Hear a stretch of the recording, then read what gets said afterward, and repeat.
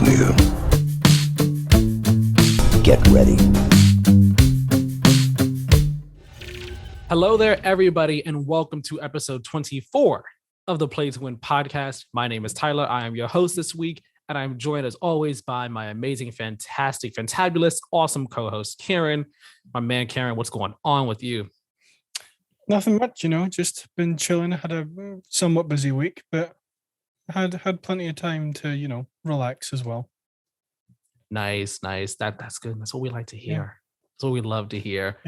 Yeah. It actually hasn't been that busy of a week for me. Like work-wise, I had a fair amount of things to do, but also like things kind of lightened up a bit during the week. So it was good. It was a good week overall. I saw Shang-Chi on Thursday. Nice. That movie was amazing. It was great. So freaking good. Yeah, all the reviews that you probably might have read about it, they are legitimate. This movie is really great. It's amazing, fantastic. Easily, I could just be coming off the hype of it, but I would say it's like a top 10 MCU film for me personally. It's really, really good. Such a great movie. But yeah, and then we also got the Matrix trailer, which I wanted to mention that to you before we started the podcast. But did you see that? I have seen the Matrix trailer. I'm very much looking forward to it. It was dope. Yeah, I only got to watch it twice. The day it came out that morning, because I was at work, obviously. So I watched it as soon as it went live. And I meant to watch it on my TV that same night, but time slipped my mind and everything, so I didn't get to. But after we're done with this, I'm watching it on my TV. That movie, I'm very excited for it. Very excited for it. It has a different aesthetic, and like I noticed that. I wasn't prepared for that different aesthetic and everything like that. Yeah. But I'm still very much into it and looking forward to like what was going on with this new story that we got here. Yeah. So that happened. The PlayStation showcase was the same day. It's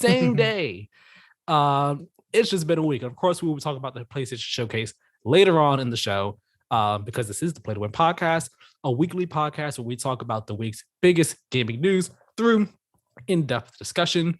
You can follow us over on Twitter and Instagram at Play to Win Game, where we post updates about the shows, we'll post other little things that might be going on in the industry, so on and so forth, stuff like that. You can also subscribe to us on podcast platforms. Let me see if my gain is up or down, because I think I might have adjusted it weirdly accidentally before we started, but I'm pretty sure I'm fine. Subscribe to us on podcast services around the globe. Leave us a comment, like, review, stars, whatever the system may be. Share the show with anybody and everybody. It's all greatly appreciated.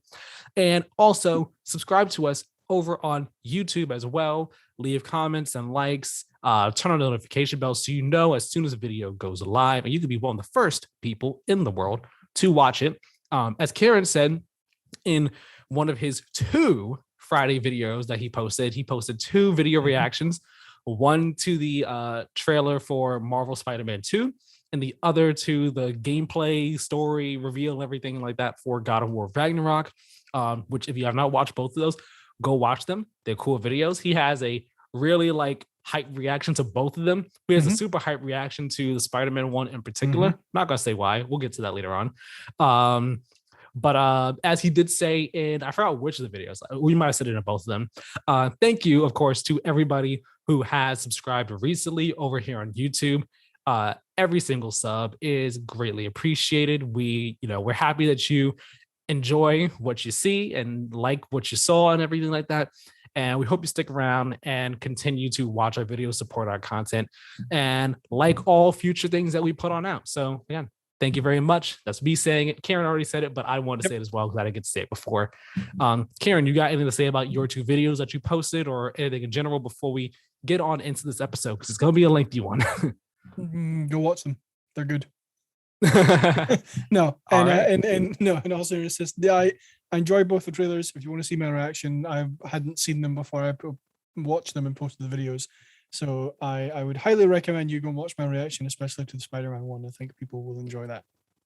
Yeah, that was a good one. I think that was the first one I watched actually. So when you got to that part, I was just you had your reaction. I was just yeah, there you go. There you go. That's it. So yes, Go check all that stuff out. Go check out all our videos and content and stuff like that. And without further ado, we are just going to start diving right on into this episode. On episode 24 of the Play to Win podcast, we will be talking about, of course, as we already mentioned, this week's PlayStation showcase. It finally happened. We'll be talking a lot about that. A verdict has been made in the Apple versus Epic trial, so we'll talk about that pretty briefly. We will also talk about Twitch finally taking some major action against hate raids. They are suing people that have been involved in hate raids.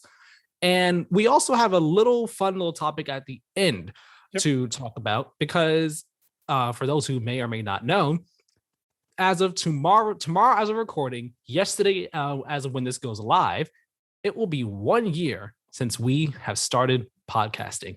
Not Play to Win podcast, but before this, as we said before, we were Games and Gaming. And September 12th makes the 1 year mark. We'll be talking all about that at the end of the show, though. So celebration times, it'll be fun times at the end. With all that being said, we're going to get into our brief mentions. We have a good amount to get through here, but we'll get through them as quickly as possible. Keiran, of course, as always, hands up if you got anything to say about any of these. All right, first up, Square Enix Presents TGS stream has been announced to be on October 1st at 3 a.m. Pacific time, 6 a.m. Eastern time. I believe that comes out to 7 p.m. Japan time. There are a number of streams that will be happening from October 1st to October 3rd. The full lineup of games at the event includes Guardians of the Galaxy, Stranger of Paradise, Final Fantasy Origin, Forspoken, Project Triangle Strategy, and much more. The Far Cry 6 post-launch concept plan has also been announced. There's going to be crossover missions and stuff with Danny Trejo, Rambo, and Stranger Things, of all things. That was very weird. There are going to be free missions called Insurgencies, weekly challenges, and more. And the Far Cry villain DLCs that have been revealed already, we now know they're going to be kind of roguelike in a sense, and they're going to support co-op. Honestly, I was taken aback by the fact that they're basically roguelike missions for these Far Cry villain DLCs, but it's interesting to say the least. So that is the thing. Bayonetta 3 has been kind of MIA ever since it was announcement in 2017, but we got a bit of an update this week. According to a VGC interview, the game is doing just fine. Platinum Games does want to show the game, but according to series creator Hideki Kamiya, he says, quote, "It's not our decision what to say and when to say it," end quote. According to them, it's basically up to Nintendo when that happens. So it's going to be waiting a bit more to find out more about that game, unfortunately. Tripwire's CEO stepped down this week after voicing support for Texas's abortion law. The co-founder of the company and current VP, Alan Wilson, will take over as the interim CEO. For those who don't know what Texas's abortion law is, this new one, I don't know the specifics of it because I'm not in Texas, but what I've read and what I understand it to be is basically that they are putting a ban on abortions after the pregnancy has been going on for 6 weeks. And after that, abortion is kind of banned, if I'm correct.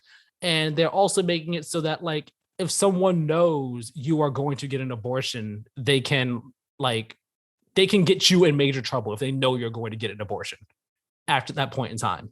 And like, if you are like in an Uber going or a Lyft or something to go get an abortion, the person driving the Uber or the Lyft can get in trouble for helping you, for like taking you to the place. It's really messed up and really like overstepping many boundaries. That's like, so yeah, the Texas abortion law, it's going like way past pro-life, pro-abortion. It's going to like a whole nother level of basically controlling what a person can do and just like going after people. It's really bad. And it happened over the Labor Day weekend. So it was just like a Friday, Saturday, Sunday, Monday. It happened really quickly, but it's good that it was handled and taken care of immediately, very quickly and all like that. So that's very good. The next Halo Infinite multiplayer test date has been announced. It will be on September 24th, and all Halo Insider profiles that are fully registered as of September 13th are eligible for the test. A new Twisted Metal is rumored to be in development, according to GamesBeat's Jeff Grubb, but it's apparently a ways out. VGC has also heard similar things. Also, I forgot to mention, Keiran, maybe you will get into this next Halo test. Maybe. Fingers crossed. I am fully registered for the Halo Insider program, so I would assume so. hopefully you can get in. I mean, you're eligible. Not a guarantee you'll get in, but hopefully you can. That'd be awesome. A group of Ubisoft employees called A Better Ubisoft responds to the company appointing new CCO Igor Manso with hope that he will help steer the company in the right direction and listen to the demands that the group has made to improve the company. But they still are not confident in the company's editorial team due to lack of diversity in the VPs, causing the editorial team to be composed entirely of white males from the same background. It's like a one step forward, one step backwards kind of thing right now with Ubisoft, but it's, they're trying to make progress, it seems. Another company, let's see, Call of Duty Vanguard, it had its multiplayer reveal earlier this week. We saw some of the maps. We got a bit of insight on some of the modes, weapons, so on and so forth. It was a multiplayer reveal for the game, so it's kind of a standard Call of Duty multiplayer reveal that happened. So important to note, Call of Duty Vanguard, developed by Sledgehammer Games. They're very passionate about their game, which is awesome and fantastic. But the company that publishes Call of Duty, Activision, has been in some heat because of a lawsuit brought against it by the state of California due to sexual harassment, mistreatment of female employees, sexual discrimination, sexual harassment, all kinds of horrible, disgusting, terrible things have been happening over that Activision Blizzard. So it's important to keep that in mind when talking about Call of Duty or any other Activision games. Moving on, though, Xbox One controllers will be getting new features. They will be getting better cross-device connectivity, reduced latency through DLI, dynamic latency input, and this is coming to Xbox One controllers with Bluetooth support, Xbox Elite Series 2 controllers, and the adaptive controller. Interesting, I did not know that not all Xbox One controllers have Bluetooth support. I thought they all did. So that distinction right there is kind of noteworthy to me. Let's see. A survey has come out alleging that there is a, quote, culture of silence at Paradox Interactive in regards to gender discrimination and bullying. I briefly read the article about this. I did not read too much about it, which is why I don't have anything more here about this to say. But again, things like this just should not be happening at all, period. But on the other side of, bad workplace conditions, we have good workplace conditions. With Bugsnax developer Young Horses, they have announced that they will permanently be having a 4-day work week. It's great. Of course, as they also note, they are a much smaller team, so they can afford to do this pretty quickly. Like they did a test run in June or July. They were like, oh, it works. So they're making the change now. Yeah. And they note that bigger studios can't just quickly make this change that easily and stuff. Like a whole lot of things have to be shifted around. But they think that it's a thing that all studios can do. Keiran. Just interesting point. I don't know if it's the whole of the UK or just Scotland, but I know that definitely Scotland is toying with the idea of just having a 4-day work week across everything just now. That would be lovely. That would be so lovely, man. It's not on topic. I just figured it an interesting point, I guess. No, it is. It is a very interesting point. I would love to have that here. Shoot, 4-day work week? Give it to me, please. Marvel's Avengers has received a new roadmap. It shows like a bunch of different things on it and everything, but the things of note are that the first raid is coming later this year. The raid boss is going to be Ulysses Claw from the recent Black Panther expansion. Spider-Man is for certain coming later this year, unless he gets delayed. And new enemy types, reworked systems, and an increased power cap all coming at some point later this year. Cool things for Marvel's Avengers fans to get excited about. BioWare is considering using Unreal Engine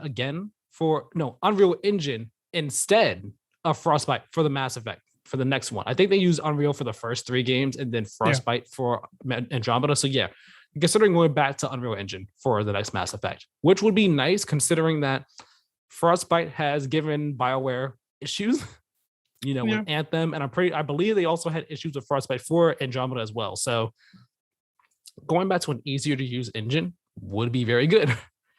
And the final brief mention that we have here is that PlayStation has acquired Firesprite Games, making it their 15th first-party studio. Firesprite previously worked with PlayStation on the Playroom VR, the Persistence VR, and Run Sackboy Run. There's a whole little blog post about it on the PlayStation blog where you can go read about it. It's cool. And I believe some of the people at Firesprite Games came from Sony's Liverpool studio prior, before that studio got closed. That studio worked on Wipeout. So people are kind of hoping and wondering, are we going to get the return of Wipeout with Fire Sprite Games now? That'd be really cool. So something to think about. And that is going to be our final brief mention, which segues beautifully into our first news story of the day. That being the big PlayStation showcase that we have been waiting for ever since last September. It's been almost really a full year since we had a major PlayStation showcase. We didn't get one earlier in the summer. It is still technically summer, so they are having a summer showcase technically. But it's finally here. Keiran, you said you did not watch the full showcase. No. But you have seen, honestly, you've seen many of the noteworthy trailers from the showcase, to be honest, based off what you told me. So before we get into this, what were you hoping for from this, if anything? What were you expecting from this, if anything? And would you say that you walked out of this satisfied, excited, pleased, surprised, what have you? Without getting too in depth, we'll get like our full final thoughts at the end. From what I have seen in the showcase, I very much enjoyed. There's a lot of stuff here that I'm very excited for. Pretty much everything I thought or everything I wanted is here, so that's a plus. But I mean, of course, there's one thing in particular that I was actually very disappointed with, and we'll talk about that. You might already know what it is. I'm pretty positive I know exactly what it is. But yeah, everything that I wanted was here. I enjoyed it overall, but I'll save some more thoughts for the end. Yeah, going into this, I mean, if you watched my PlayStation prediction showcase predictions video that I did, you know that I predicted we would see God of War gameplay. I was like, it's almost certain we're going to see that here, guaranteed. Gran Turismo, I was like, we'll probably be here. Real, trailer is what it is. Keep it pushing. Yeah. I thought maybe we'd see Horizon, but it wasn't like a guarantee. I was like, I could see it being here, but maybe not. Forspoken, I was like, Forspoken or Final Fantasy 16 will probably be here. Dark Horse is 7 Remake Part 2. But even in Final Fantasy 16, I was like, probably not, because they already said that game is probably not going to be a TGS. If it's not going to be a TGS, it won't be here. Yeah. So I was like, if any of those three, Forspoken would be the one. I was right. Thank you very much. I was hoping, thank you. I was hoping that we would see or finally get an announcement of like rumored Silent Hill game or whatever new rumored From Software game is happening. Neither of those were here. Fine. I was hoping for a tease for Spider-Man 2. I figured we would get like a tiny little tease of sorts, just saying, yeah, it exists. And that's exactly what we got, along with a release window that I figured would happen. Yeah. And there were some other surprises in here. We'll get to those. Yes. So this just popped in my head. There's one thing that I wanted that wasn't here. That was a new Infamous game. Yeah, a lot of people were like wondering if there was going to be a new Infamous because there's been rumors about that. Yeah. Overall, though, I think the show was pretty good. I walked out of it pretty satisfied and excited. But you know what? We're going to get right into this recap right now. So the show started off with an announcement that I don't think anyone was expecting. And it kind of set the tone for, oh, we're doing this, huh? So show started off with a teaser. We get smoke. It's a smoky, dark space. We hear a woman talking in the background. Actually, that's not even how it started. First, it started off, it said Aspire. It said PlayStation Studios. Then it said Aspire. Then it said Lucasfilm Games. It was like, wait, hold on, what now? And then we get the smoky background. We hear a woman talking about the Sith. And it's like, oh, we're getting a PlayStation exclusive Star Wars game? What is this? And then you see, someone ignite their red lightsaber. And it's like, okay. And then the lightsaber shows their face. And I'm pretty sure the person is Darth Revan. Knights of the Old Republic remake. Coming as a console launch exclusive to PlayStation 5. It's being developed by Aspire in partnership with PlayStation and Lucasfilm Games. And we have confirmation that a number of former voice actors are coming back. Jennifer Hale is one of them. She will be reprising her role as Bastila Shan. Hope I pronounced that right. Never played KOTOR. But they also, the team at Aspire does have devs from like from the old Knights of the Old Republic on this game as Yeah. well as the devs from teams like Blue Point that worked on Demon Souls and so on and so forth. They got a bunch of vets on this game. I was very surprised by this announcement. I think there were rumors about a KOTOR remake already, but no one, I think, expected it to be a PlayStation console launch exclusive. We don't know how long the exclusivity lasts for. We don't know like how intricately, or at least I don't think I saw how intricately tied PlayStation is to the development of this remake. But that is a major get for PlayStation to have. And I imagine this is the one that you were disappointed by, because it's not. Okay, interesting. I wonder what it is then. But yeah, you know, the KOTOR of the past was an Xbox exclusive when it first came out, and now it's coming back as a PlayStation exclusive for a period of time, one would imagine. Keiran, thoughts on this? Haven't seen the trailer. There's nothing to see, honestly. What I said is the trailer. Okay. That's why I didn't make you watch this one beforehand. Yeah. Maybe some of the narration would give you would have teased, oh, this is KOTOR, but honestly, there's nothing. What I said is the trailer. Yeah. I've never played Knights of the Old Republic. Well, Knights of the Old Republic. I've never watched anyone play Knights of the Old Republic. I have, as someone who would have played this game when it first came out or over the last number of years, I have no interest in this game because I haven't. But I am very interested in picking it up now that it's being remade. Because I mean, it's a Star Wars game. Of course, I'm going to buy that. But I wish it was coming to Xbox. Okay, of course I do. But by the time this launches, I will most likely have a PS5 anyway. So it's not really that. I aim to have a PS5 by the time Horizon comes out. So by February 28th, I think, or February 18th, whatever it is. Hopefully. I don't know if that's going to happen, but fingers crossed. But fingers crossed. I'm excited for this. I'm looking forward to it. I haven't played the original, but love Star Wars, and I love BioWare for whatever that counts for nowadays. But I'm excited. Yeah, me as well. Again, I never played the original, but I will be playing this. And it's one of those games where I hear everyone talk about how great it is. So I've always wanted to play it. Yeah, exactly. This is going to be the perfect way for me to play it out. It's modern day, updated graphics, gameplay. No, maybe they'll tool the story some, who knows, but I'm looking forward to this for sure. Yeah. So we started off on that super high note, and then we got followed up with Project Eve, which is it's a third person Japanese or at least Asian. I don't know if it's a Japanese developer. I believe this the developer is maybe from China, I believe. I'm not quite sure. Do not quote me on that.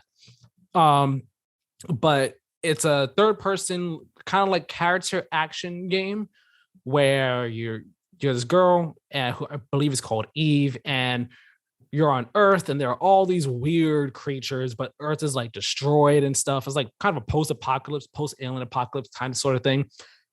The game looks like it looks really action heavy, of course. It looks very stylish with the action. It looks like it's fun, and it kind of looks like it might take some cues from Souls games in terms of the way the camera is when you're fighting certain enemies, I guess, and how brutal some of the enemies could be in terms of combat. So it looks like it's a blend of Souls-like action in a sense, but with the faster pace of character action games like Bayonetta or Devil May Cry and stuff like that. I like the look of it though. It looks cool. I definitely need to know more about it. But I'm interested in this one. Yeah, I mean, you basically just took the description out of my mouth. That's exactly what I was about to say. I'm interested by it. I want to see more from it before I decide whether I'm interested enough to try it out. But it definitely is or reminds of a Souls game. But for me, I think it was more the boss design of some of the bosses that we saw. That too. But I can totally see where you're coming from with the camera as well. So I'm not 100% sold, but not 100% not sold either. Yeah, at first I actually thought this game was Pragmata, the game that was first shown or teased during the PlayStation 5 reveal. I thought it was that. Yeah. And then it said Project Eve. I was like, oh, so it's not Pragmata. Okay. Wonder what It's That was the weird one with the moon astronaut space. in Times Square and Yeah. stuff. That's what I thought this was, because Yeah. the girl was fighting inside and then she's thrown into space. I'm like, oh, it's a Pragmata, cool. It's not that, Yeah. but this still seems interesting, so it's one to keep an eye on for sure. So we got Project Eve, and then following that, we got a look at gameplay. Actually, our first look at gameplay for Tiny Tina's Wonderland. I don't know if we had a release date for this already, but March 25th, 2022 is the release date for this game now. That's very cool. And I'm not even gonna lie. I don't mean this in a bad way. It looked like more Borderlands. Like it looks like more Borderlands, but just with like a bit of magic. And I don't know why. Maybe I was expecting something a bit more different. Of course, I imagine when you actually play the game, that's when like the differences will probably you'll feel it more and actually see it more. But I looked, I was like, okay, it's more Borderlands. It didn't like wow me or excite me the way I was hoping or expecting it would. And again, I don't mean that in a bad way. Like the game looks like it'll be good, looks like it'll be fun. It just didn't. I wasn't like, awesome, yeah, this is gonna be great, it's gonna be fantastic. The comedy is funny. And I do like the little overworld that they kind of show there. Like some of the abilities do look cool and stuff. You're the Borderlands guy over here. Borderlands 2, famously one of your favorite games, if not your favorite game for a very, very long time. You put hundreds of hours into it. Wonderlands. Now you saw gameplay of it. What are you thinking? I don't know if you could tell from the beaming smile that's been across my face ever since we started talking about it, but 100% getting this game day one. Like, I mean, I was always going to, because it's a Borderlands game, but it's not a Borderlands game. Like, it's in the same universe. It looks, now that we've seen it, like, to me, it's a Borderlands game. I don't care what name you put on it or what thing you try and twist. Like, look at it. It's Borderlands with the fantasy exactly now. Fantasy setting, fantasy powers. Yeah, like it's basically Borderlands mixed with D&D, which are two of my favorite things. So I mean, of course I'm getting this game. Love that they used Baby Metal in the trailer. I didn't know that song, but I was like, this song works so well for what we're doing here. And again, like that's what I'm saying. The game in the trailer looks good. I just wasn't like, I was just like, okay, it's more Borderlands. Wait, you don't know the song "Give Me Chocolate" by Baby Metal? Maybe I've heard it in stuff like in other trailers, but you say the name, I'm not gonna know what that is. Yeah, no, it's the song fits the trailer really well, which I think was just like the icing on the cake for me, because I love Baby Metal as well. So, but like, I'm so excited for this game now. Like I was excited before, don't get me wrong, because like I say, it's a Borderlands game, but after that trailer, I was just like, yes, please give me. Yeah, it looks cool. Looks like it'll be a fun game. So I'm hoping it actually turns out to be pretty good too. Yeah, just taking Tiny Tina's Assault on Dragon Keep and blowing it up to a full game with new mechanics and stuff seems like a really great idea. So I'm hoping it's fun. Yeah, that is what basically the entire reason I'm excited for it, because Assault on Dragon's Keep is my favorite game DLC for any game ever. That was a good one. I haven't played it in a very long time though, so I don't remember too much about it, but I remember it being fun and like stuff just changing on the fly and everything, because Tina is just Tina. So then after that, still staying in the fantasy realm, kind of sort of with the isekai, as people would call it, the Japanese word, that genre game, Forspoken. We got an actual story trailer, so we got a better idea of what the story is. It showed how the main character Frey ended up in Athea. Turns out she lives in New York, nearby the Holland Tunnel, which I know where that is. And then she also has a cat. It's important. She has a cat. And she ends up getting sent through a portal to the place, the fantasy world, Athea. The person talking to her that we kind of hear, like the male voice kind of talking to her that we never see, it actually comes from the cuffs that she has on her wrist.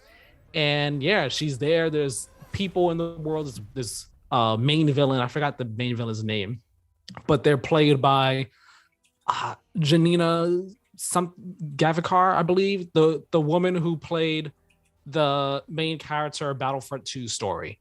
I don't remember that character's name, but she plays like the villain that we see in the trailer. And yeah, it was a cool trailer. It showed way more gameplay, not just like quick 5-second snippets and all. Like I hope we wouldn't get. We actually saw like, real raw like gameplay, them exploring the world, running around, more of like the really cool traversal and stuff, but not just super fast snippets of it. Yeah. We saw her doing some combat. I liked when she had her hand, it was shooting the little rocks with her with the magic as like a machine gun type thing. Yeah. That was cool. Fighting the dragon, doing the water magic, like everything looked really cool. And I think I was most blown away when there was a part where she is like swinging from this tree branch or whatever. She swings, it goes up in the air, and then you just see that landscape all down there. And it's like, it's highly detailed. I was just like, oh my God, this game looks so good. And now we know what's coming spring 2022. Yep. That's sooner than I thought it was going to be. I thought it would be summer or fall. Well, maybe not fall, but I thought it'd be summer at the earliest. Spring is way sooner than I thought, and I'm super excited for that. Yeah, this is definitely one where I'm like, I need to play this when it comes out, because it looks really, really fun. The combat looks really, really good. Like anything that has movement like that, it like weirdly reminds me of Sunset Overdrive in a way, just in terms of like it has really fast, like kind of traversal movement. So I'm very excited for it. I wasn't impressed by the character design. Her or like the other characters? It's weird because in the first part where she's in New York, like, and just when she steps or when she goes through the portal, I thought the character design there was really good, but all the other characters that we saw, I wasn't overly impressed with. This might sound mean, but I understand like the game still has time before it comes out. They still like will probably have stuff to polish and everything. But like the characters just to me look like they were made for like end of PS3, start of PS4 era. Interesting. I liked the way that everyone looked. Like the characters themselves don't look like jaw dropping per se. No. But I thought everyone looked cool. I liked the looks of everybody. Yeah. No, I'm like not to, like I'm definitely not saying that the characters look bad at all. I'm like I don't feel like they match with, because like the rest of the game is absolutely stunning. So I don't feel like, I think there's kind of like a divide there that will most likely be filled by the time the game comes out. Yeah, most likely. So following that up was Rainbow Six Extraction. The trailer for that, fine. And I feel like this is the point in the show where watching the full show like live, the energy was pretty high. Started off with Star Wars, then we get Project Eve, then we have Tiny Tina cool, Forspoken cool, and here's when the energy started to go down some. So we Rainbow Six Extraction trailer for it. Okay, cool. It didn't show anything like too crazy. It's just another trailer for it. There was a date on it. I forgot what the date is, but I think we already knew the release date for this game as well. October 16th, I think, but I'll check that. I thought it got pushed to January, but maybe I'm wrong. No, you're right. Yeah, that's what I thought. So yeah, I'm pretty sure they had a date on it, but that came. And then after that, we got a trailer for Alan Wake Remastered, which was already announced prior to the show. But we just got a trailer for it. It's coming out to PS4 and PS5 on October 5th. Of course, it's going to have better visuals and performance, and there will be some DualSense features as well. Again, a cool announcement that probably would have hit way harder had this not been announced before the show. Like, we already knew this thing existed before the show. And had that not been the case, this would have been like, awesome, yay. But we already knew about it. And then after that, we got a trailer for GTA 5, the next gen version again. It's been delayed to March 2022. And this trailer also, like, it just continued the downward energy slope, because the trailer, honestly, of course, it is just a trailer. It's not the raw game. I was also watching it on my phone, but you couldn't tell what was different visually. Like, there was no way to tell what the new visual features or new enhancements to the game to making it next gen were. The only thing that we actually saw in it was the character changing was actually seamless. in the PS3 and PS4 version, when you go change your character, like it would go over the map for a bit and it would kind of hang there for a moment. Yeah. And then it would go to the next person. But in the trailer we saw here, like it went up, up, up, over, down, down, down, like right away, which is cool. That's actually very awesome. But like visually saw no differences. Keiran. Yeah. Two things. One, Rainbow Six Extraction is now out sometime in January. Sometime in January. But before it was delayed, it would be due out 5 days from now. So got it. This was the one I was very disappointed with. I like that because we already got the announcement trailer that it's being remade or being like, made for next gen again, right? So yeah, this did nothing. The next time that we saw it, I wanted it to be gameplay of like or a tour around Los Santos, like with like better graphics, ray tracing, all like they could actually show the seamless character switching in game. But we didn't get any of that. We got another trailer, and I honestly think it looks worse than it did before. From like from the trailer, obviously there was no gameplay, but like I was not impressed with this at all. Like there is absolutely nothing so far that is going to be like, yes, I'm going to give Rockstar another $60-$70, whatever it's going to be. Yeah, and like this is an announcement where it could have just been a press release because the news here is that it's coming. It's now delayed. Cool. We imagined that prior to this showcase, right? It was supposed to be November 11th. Cool. Yeah. The next time we see it, it'll show off, what's new for it, getting us excited for the November, like what you kind of hoped for and everything like that. Yeah. I even mentioned in the predictions video, but since it's been delayed, okay, cool. It's delayed. The next time we see it is when you imagine we would see what makes this look new and everything.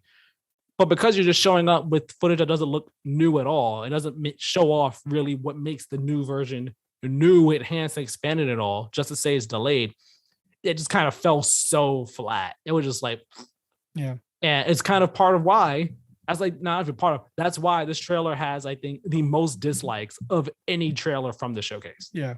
And I'm not a dislike bomb person, but like honestly, it kind of deserves it in this case. In this case, I'm not surprised. Yeah. Just like you kind of had this one come in.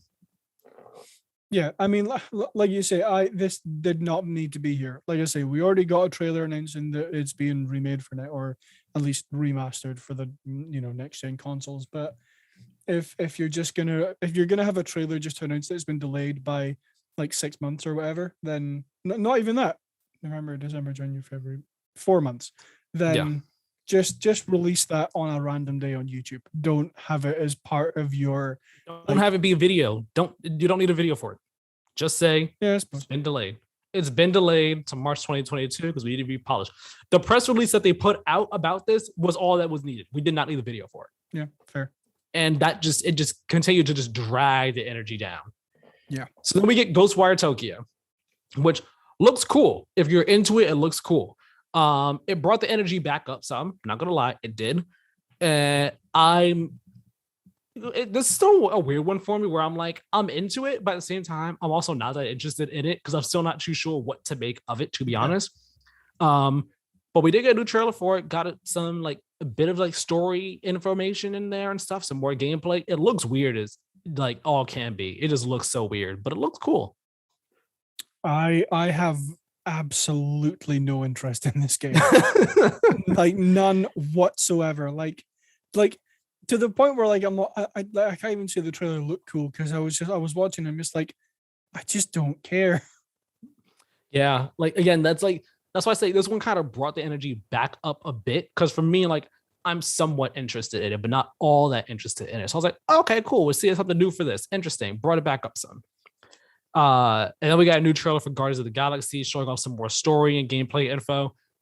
The energy kind of stayed where it was at from Ghostwire for the Guardians trailer. Again, I'm looking forward to this game. It looks cool, but I was also kind of doing work at the same time. So I was like half watching this one, half not.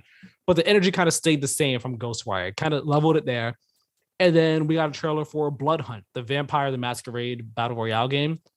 For me personally, energy was like, all right, we're going back down now. It was just announcing that it was coming to PS5. I thought it was already coming to PS5, but apparently it wasn't. So now it's announced officially coming to PS5. This game does nothing for me, though. I'm not interested in Vampire the Masquerade. I'm not interested in the Battle Royale version of it. No matter how cool or interesting it may be to other people, it doesn't hit for me at all. Sue me. No, Does it hit for you? I wouldn't say I wouldn't say it doesn't hit for me because like I've said multiple times on the podcast, like the easiest way to get me to buy a video game is to put vampires in it because Right. I love vampires, but like not like overly keen, I don't think, on like a Vampire the Masquerade battle royale. I'm very much looking forward to Masquerade. No, Vampire the Masquerade Bloodlines. Yes. I'm very much looking forward to that, but not entirely sure if I am super hyped for a battle royale version of a vampire game. But I mean, I'm not opposed to it. I want to know if it's coming to Series X. Yeah, I wonder. I don't like all this time. I was like, all right, it's a PC game, but again, I honestly thought it was coming to PS5 and PS4 and other consoles as well already too. So this was news to me, and it wasn't. But then after this, Deathloop appeared. Okay. I am saying no more other than the fact that Deathloop appeared, and as soon as I saw it, I was like, "Oh, you're kidding me!" I was like, "All right." I was like, "The game comes out in 5 days." After wait, hold on. This was Thursday, so Friday, Saturday, Sunday, Monday. Yes, 5 days from the day this showcase happened. I purposely did not say anything about this in my predictions episode. I was like, "It's not gonna be there. Comes out in 5 days. Why they gotta have it there?" Proceeded to be there. I tuned out immediately. Granted, I still like my headphones are in, so I'm hearing everything, but I was like, nope, I don't need to see this again. It does not need to be here. I am out entirely. Like, this is the one trailer. I didn't watch it at all. I just did my work. I was like, all right, I'll take this like 2.5, 3 minutes to get some work done on my computer right here. So yeah, Deathloop came, and it was a thing that happened. It comes out the day after this podcast goes live. That's all we need to say about it. Yeah, I think they've released as many trailers for Deathloop as they have released Skyrim a number of times. You know what? You actually might not be wrong. And I mean, I did pre-order Deathloop on Friday, so I mean, like, because I am gonna get it, I do want it. But my gosh, there is such a thing as overshowing a game. Yeah, there's such a thing as showing a game more times than necessary. And it's funny. I saw someone on Twitter say they should delay Deathloop to next fall. That way we can get more trailers for it until next. No, and I was like, I mean, we're gonna get more trailers for it when it comes to Xbox. You already know it's gonna happen. Oh yeah, 100%. We're gonna get trailers up the wazoo. If they delayed this game to next fall, they have enough trailers already released to sustain them until next fall. They really do. But we're gonna get more because we're all trapped in the Deathloop. And it's like every trailer. I mean, all right, each of the trailers have done the same thing. They're like, they're set, like, what's going on? We're in a time loop. All these people have the answers. I need the answers. And she's hunting me down. I gotta kill him with my powers and the stylish music. It's not like any of the trailers do anything new. We needed 2-3 trailers max, and that was it. We did not need the endless barrage that we have gotten. All right, end of Deathloop rant. Again, Deathloop dropped the energy a whole lot more. Then we got this trailer for Kid A Amnesia exhibition. It's a Radiohead thing. I'm honestly not too sure about all, like all the ins and outs of this. I just know it's a Radiohead interactive thing. It's very weird. Seemed very weird. Didn't do much, but thankfully it was very short. So that was that. Then we got a trailer for this indie game called Chia, which actually looks really peaceful and really calm and really nice and soothing and wholesome and stuff. Like, you play as this girl on this island. She has a ukulele and she has like different powers. She can like I think she either controls animals or she can transform into them and go around the island and stuff like that. It looks really nice. It looks really cool. If you have not checked this game out, please do. Put it on your radar. It looks really wholesome. I'm very much interested in this game. It looks really nice. Just as a side note, they've released 8 trailers for Deathloop. And the 8 because we're just in an infinite loop. Put the 8 on the side, and that's why they did it. We're in an infinite loop. That's why they did it. Yeah. I can't with them. Moving on to other games. The Uncharted Legacy of Thieves collection was announced. It is Uncharted 4 and The Lost Legacy, both remastered for PS5 and PC. They will be coming early 2022 to PS5 first. The PC version will be coming shortly after, and it's in development at Iron Galaxy. It's cool. Uncharted 4 and Lost Legacy, 60 FPS, 4K. That's awesome. It's cool. PC is going to be able to get to play those games as well. They're great games, fantastic games. Got nothing more really to say about it other than that, to be honest. But this is the part of the show where from here on in, it was just first party. And this part of the show just brought the energy up big time. And it all starts with this very next announcement. This next announcement was one that no one saw coming. Mm-hmm. No one was expecting. So it starts up, Insomniac. All right, cool. Marvel. All right, cool. Spider-Man. Yeah. Trailer starts. We're in a bar. The bar is destroyed. I was like, interesting. And in that moment, I thought to myself, wait a second, hold on. Insomniac, Marvel, destroyed bar, Wolverine. Are we going to bring Wolverine into Spider-Man 2? Is he going to be a character in it? Because, and I don't know if people might have remembered this, Ultimate Spider-Man in that game, there's a part where Wolverine is in that game. You meet him in a bar because you're playing as Venom at the time. Venom comes to a bar, starts messing stuff up, and you fight Wolverine at that bar. So I immediately thought, oh, maybe the same Wolverine's going to be in Spider-Man 2. Interesting. We see the back of a guy wearing a cowboy hat. Yo, that's got to be Wolverine. This is going to be Wolverine. He's going to be in Spider-Man 2. Fantastic. Claws come out. Wolverine, Spider-Man 2. Awesome. Marvel's Wolverine. What did you just say? What did you just say? A full-on Wolverine game from Insomniac. It is early in development. The creative director is Brian Horton. The game director is Cameron Christian. They're both leading this game. And for those who may not know, these are the ones who led Marvel Spider-Man Miles Morales that just came out at the launch of the PS5. I have full faith in this game. 100% faith in this game and that team to make something great. Will it be rated M is the big question because it's Wolverine. Yeah. And also it's Disney now. Disney's in charge of Marvel and stuff. So who knows if they'll be fine with the game being rated M. I hope they will let it be though, so that it can be like the Wolverine, like that we really want and know and love and stuff. Keiran, thoughts? What did you think when you saw that Insomniac's making a Wolverine game? At first, I think I saw this screenshot not long after the showcase aired, just of like Marvel's Wolverine, and I was like, oh damn, we're getting a Wolverine game. That's awesome. I can't wait to play that on Xbox, because I didn't realize it was being made by Insomniac. And then it was later on when I saw Insomniac was making it, I'm like, oh, okay, then I guess I'll play it on PlayStation instead. Like, because again, I definitely want to have a PS5 by the time this comes out. So, because I would imagine this is not going to be coming out until after Spider-Man 2. 2025 at the earliest. Yeah, is what exactly. I imagine. 2024 at the absolute earliest, because this is a different team making this game. So it's not bound by the 2 years and stuff. Yeah.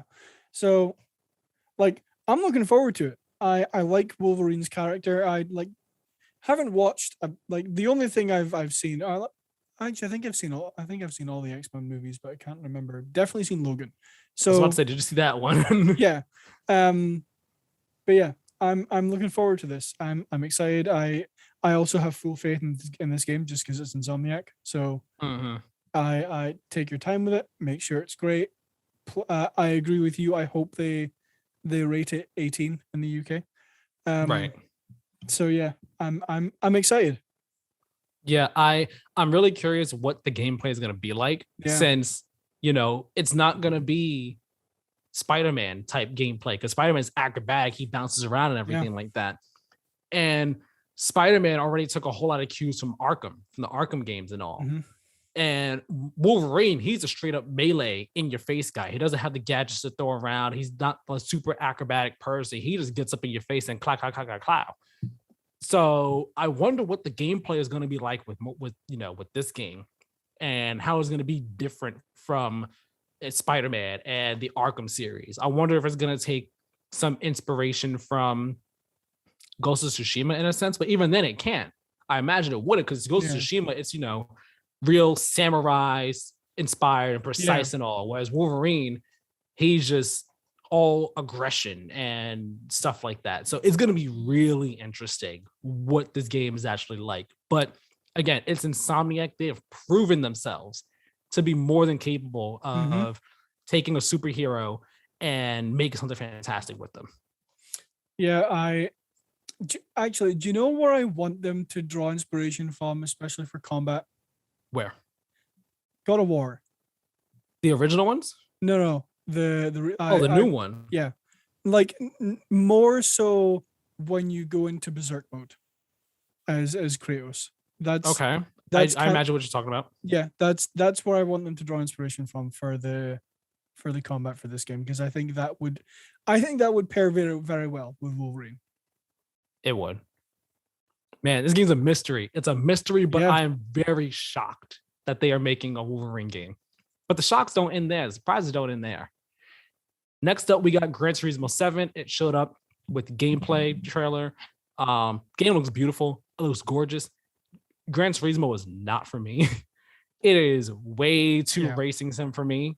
It is not my jam at all, but it looks beautiful.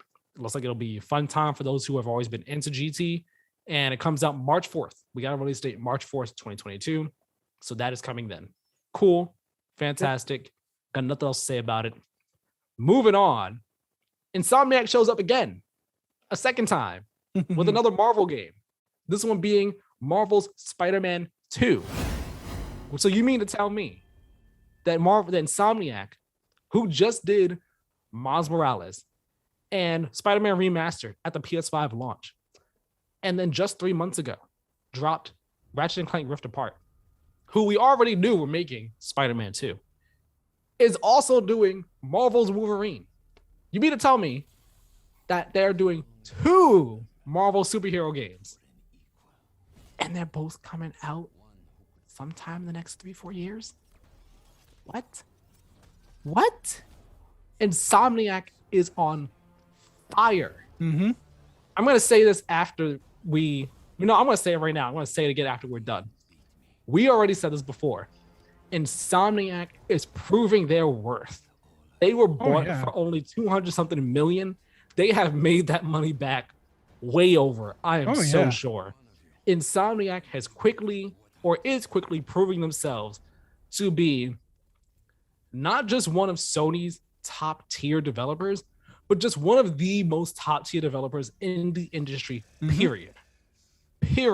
Yeah, 100%. And I am just blown away that they're able to do all the things that they're doing in like the time span that they are. Yeah. It's wild to me. But this Spider-Man trailer, it was an in-engine trailer. It wasn't CG. It says it said in the on the bottom, like captured in engine on PS5. And if you had any doubts, take it from someone who has played Miles Morales on PS5. That was in engine. That's like not actual gameplay, but like that is in engine how the game will look for sure. And it showed Peter and Miles fighting criminals together. Peter, he has now like the Iron Spider like claws built into his main suit, which is cool. Miles, it looks like he might have his Venom powers might be upgraded some, because in his game they're yellow, but in this trailer we saw they were sparking blue instead of the yellow, which is interesting. Then when the trailer is narrated by Craven the Hunter, basically saying like he's been craving a hunt and craving someone who's going to really challenge him. He's hoping that you will be the one, that you all will be the ones to give me what I want. And then the trailer shows Miles and Peter, they beat this guy and they look down a dark alley. And then Craven's like, are you all the ones who will give me what I look for? And it pans in. And then you hear, yes, we will. And it's creepy voice. It's a dark, foreboding voice. And we see 2 quick shots of Venom. Venom is finally confirmed to be in the game. The game is coming 2023. Tony Todd, who plays Candyman in the Candyman movies, He is voicing Venom for those who know of that character, those who know of the Tony Todd, the actor. He is voicing Venom. And this game, 2023 release window. This and Wolverine, forgot to mention, both PS5 exclusive, not cross-gen. And Spider-Man 2 is being done by creative director Brian Intihar and game director Ryan Smith, who both did the first game. Keiran, I'm gonna let you talk real quick because I know you kind of just lost it when Venom appeared. You were like, "Oh my god, is it Venom?" And then you heard it, you're like, "It's him." So yeah, sir. No, like the way that Venom's voice came into my headphones, I was just like shivers went down my back. Venom is my favorite Spider-Man villain. I really wanted to see him in the first game and I didn't, and then we're getting him in this one. I cannot wait. If I don't have, again, hopefully I will, but if I don't have a PS5 by the time this game comes out, I will sell a kidney to be able to afford one. About to go onto the dark web. Who needs a kidney? I will trade kidney for PS5. I'm so excited. This trailer did exactly what it needed to. Got everyone hyped for it. Made sure that I just forgot the point I was going to say, but what I really want them to do is to do a GTA 5 style character switch between Miles and Peter. I want them to have not necessarily. I saw some people mention that online. Is that how it's going to be? Yeah, which would be really cool. Yeah, I really hope so, because then you could have two storylines in one game. Just have those, and then they would cross over at points. Then you would go and do a mission for Miles and a mission for Peter, and then you would have them both combine and come and go and do a mission together. But I'm so excited.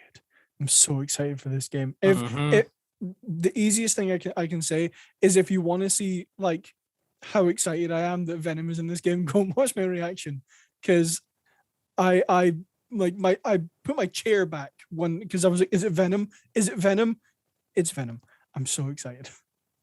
Yeah, that everything you said took all the words right out of my mouth. This game looks amazing. Again, it was just a short in-engine trailer, no gameplay or anything like that. But just the confirmation of Venom, the reveal and confirmation of Kraven being a main villain in this game. That's awesome. Never would have thought about that. And then confirming Peter and Miles are both in this in prominent roles. That's fantastic. It hit all the right notes. It just confirmation. That's all we needed. 2023 release window. I didn't think we were gonna get a release window for the trailer, but if we did, this is what I thought at the earliest. There's no way this was next year. 2023 at the earliest. Makes perfect sense. So I am all in on it. Now, here's my thing. Here's what I was started thinking about after this trailer revealed. Or actually, I guess before and after. Is Wolverine going to be in the same universe? Because Insomniac's making it. That opens up so many possibilities. Exactly. Because since they're the ones making it, they can control the story for both of them. They can control who crosses over, when things happen. Is Wolverine going to be in the same universe as Spider-Man? That would be dope. Because obviously, one, it would be awesome to see that collaboration. Two, it means that you can have more content for each of those, for all those characters. But the thing that excites me most about that thought is, what do we get after Wolverine and Spider-Man 2? That's what I thought as well. Because then what if we get a crossover game? What if we are getting an Insomniac Marvel game universe? I genuinely cannot describe how excited for that I would be. You said it. Insomniac is one of the best developers in the industry, easily up there with the top dogs. So, and they've proven themselves time and time again with basically every game they've made. So for them to do obviously Spider-Man and then Wolverine, do we get a Hulk game? Do we get a Captain America game? I know. Well, hold on. That'd be awesome. I don't think that they're just gonna start throwing all the different characters at them. Yeah, no, the meaning behind that was more like, who are we getting next? Like, because I would imagine that like this thought has to have crossed Insomniac's mind as well. It's like, okay, we're doing Spider-Man with Wolverine. We could do like one more game with another person, and then create this crossover universe. So, Right. yeah, the intent behind that was more like, who are we getting, or if we're going to get someone, who are we getting next? Yeah. But I'm so excited that like just the thought of that alone has me so hyped to see what Insomniac does. I will say, if we are getting a like Insomniac Marvel game universe, and like after Wolverine and Spider-Man 2, we get a crossover game with them, I will say this.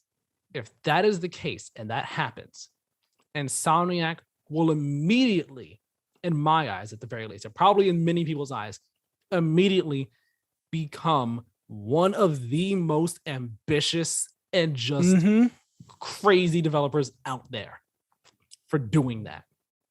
And if they pull it off successfully too, just they will just blow everyone's minds and just immediately become like, if you didn't think they were a top tier developer, you will by the time they're done.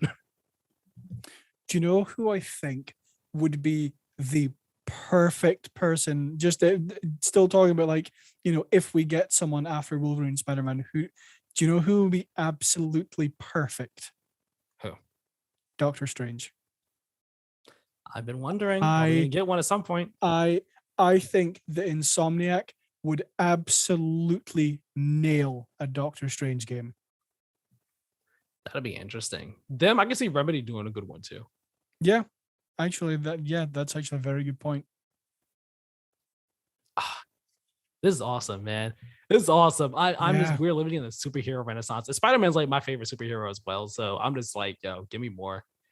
Give me more, give me more, give me more, give me more. Actually, sorry, one more thing. I really want to just throwing out, like, if we're naming Marvel characters we want video games for, Deadpool, 100%. I want a new Deadpool game. I was about to be like, we got one already. Keiran, what are you talking about? You want another one? I want a new Deadpool game with Ryan Reynolds voice acting. That's all I want. That'd be interesting. Hopefully it'd be a good game though.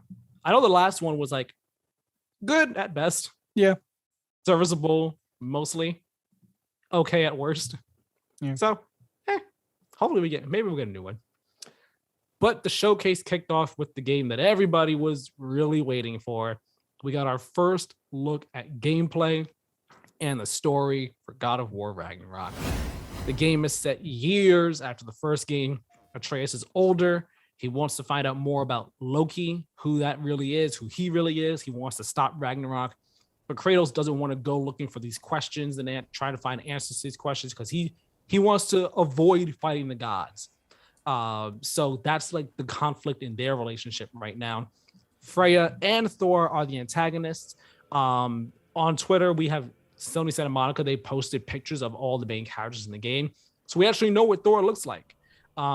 He's a bit of a stocky guy, red hair and all. He's not like your Chris Hemsworth ideal type of Thor. He's not the Thor from Marvel Comics. He's a big guy, but I like his look. A lot of people on the internet not happy with it though. They're crazy. We also got the reveal of the Norse God of War Tyr. He's playing a role in the story as well. He is a tall guy, as Keiran said, it's a tall boy right there. Tall boy.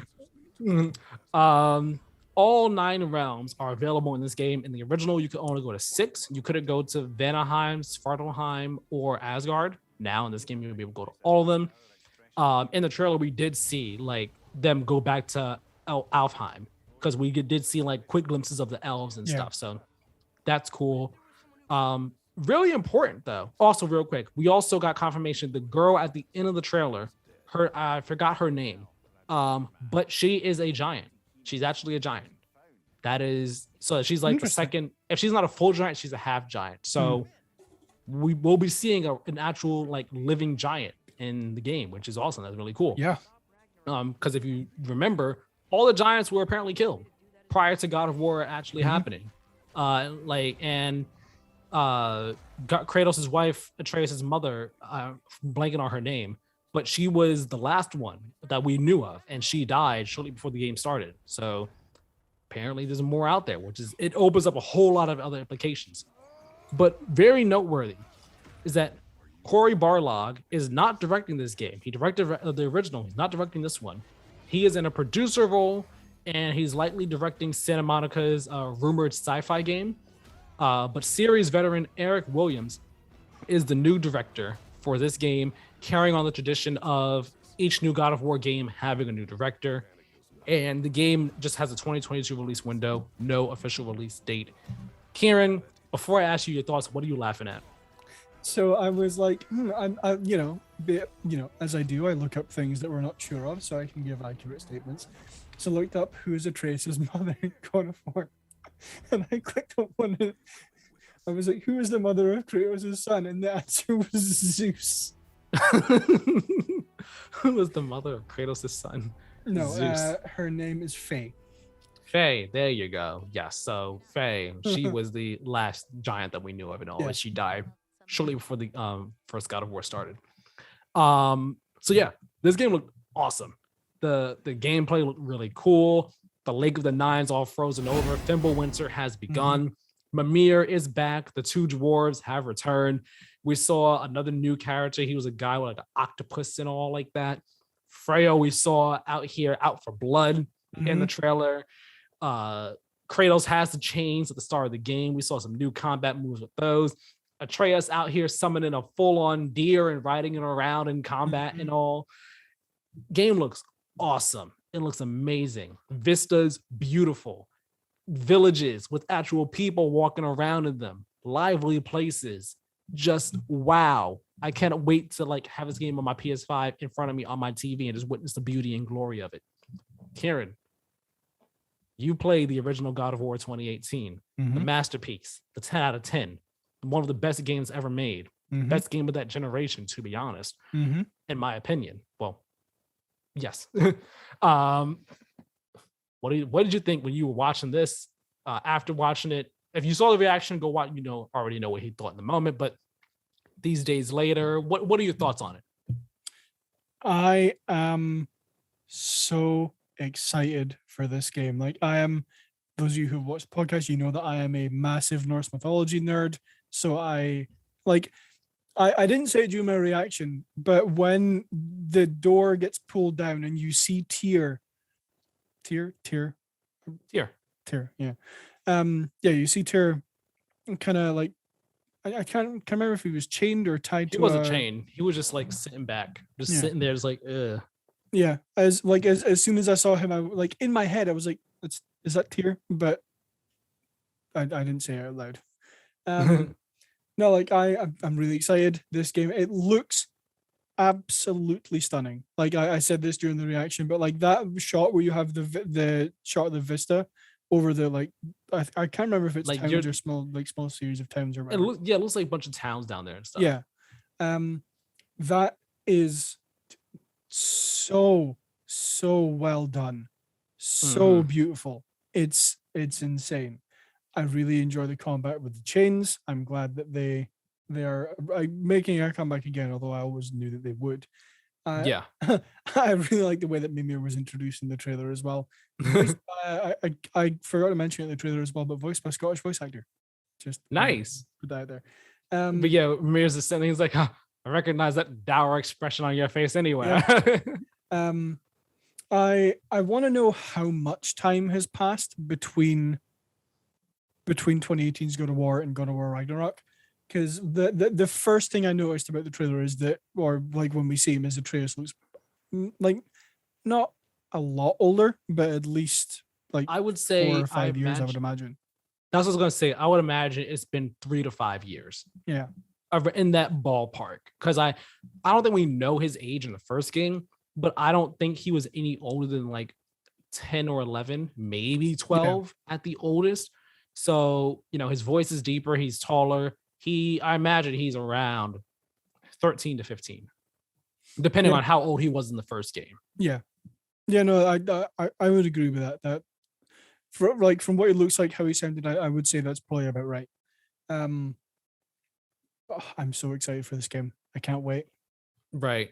And like IGN, they've done a couple interviews with both Cory and Eric.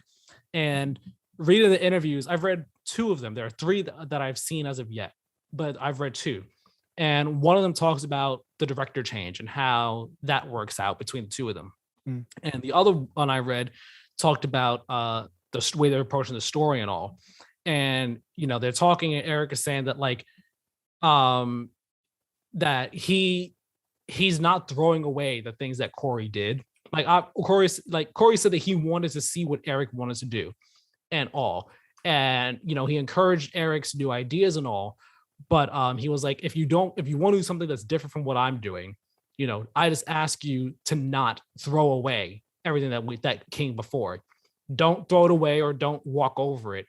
Just keep it there, and respect what came before. Keep it there, but if you don't want to do anything with it, ignore it, walk around it, but don't retcon it or anything like that. No. And they've been talking, back and forth about what they want the story to be and where the story's going to go, or what Eric wants the story to be, where he wants it to go and all. And Corey is like, once he saw his ideas, he's like, you got this. You got this. And Eric is like, he's saying that what he wants to explore with the story is the relationship between Kratos and Atreus more. He wants to explore the thing of questions and questions getting answers, and those answers bringing up more questions. And just Atreus, he's this kid who wants to find out more about himself. He's at the age where he wants to know more and explore more. And Kratos is he knows the road that can go down through experience and also age and everything. He's he doesn't want Atreus to make the mistakes that he ended up making. And all. But it's it's that balance of Kratos trying to be a good dad, but also trying to help Atreus at the same time as well.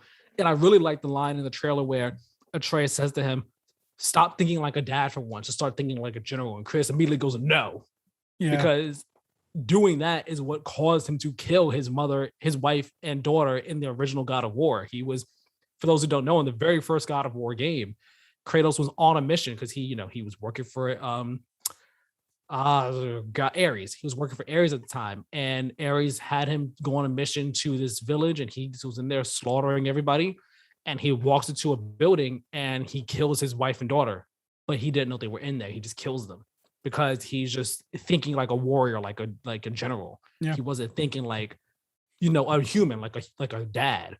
So he knows if he goes down that road. We saw this in the first game, son, but we're seeing it more here. Kratos knows the mistakes that he made in the past, from the things he did, and he does not want to repeat those with Atreus. So I'm so excited to see their relationship just continue to be explored and evolve over the course of this game. And another important note, this is the final game in the Norse saga. It's not a trilogy. We're only going to get this, the first one and Ragnarok. After this, they said this is the final game in the Norse saga. Does that mean that this is the final God of War game? Not necessarily. Who knows? We'll have to find out when this game ends. But after this, the Norse saga is done. That's very interesting, very noteworthy. Yeah. I mean, I think I would have automatically assumed it would at least have been a trilogy. So because the trilogy is a standard. Yeah, exactly. So it's interesting that they're only doing 2 games. I kind of like that, actually. I do too. They're not stretching it out. Yeah, exactly. It's one of my biggest pet peeves when it comes to somebody telling a story is padding out for the sake of padding out to make it longer. I just can't stand it when people do that. So I'm happy they're not doing it here. They're just saying, no, we only need to tell this much. We only want to tell this much. This is as far as we're going. So right. I like that. I also love that we're going to be able to go to all 9 realms.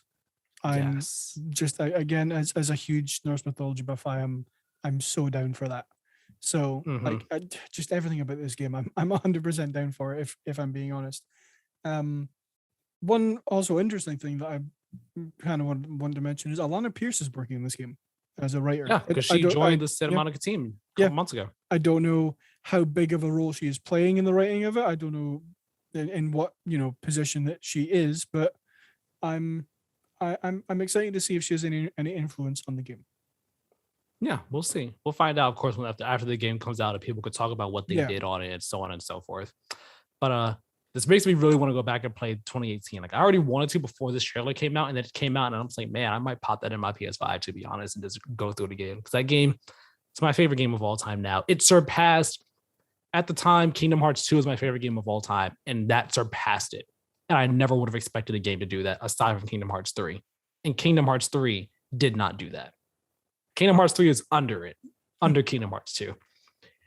And then 2 years later, Persona 5 comes and surpasses Kingdom Hearts 2 again. And I'm just like, oh, geez.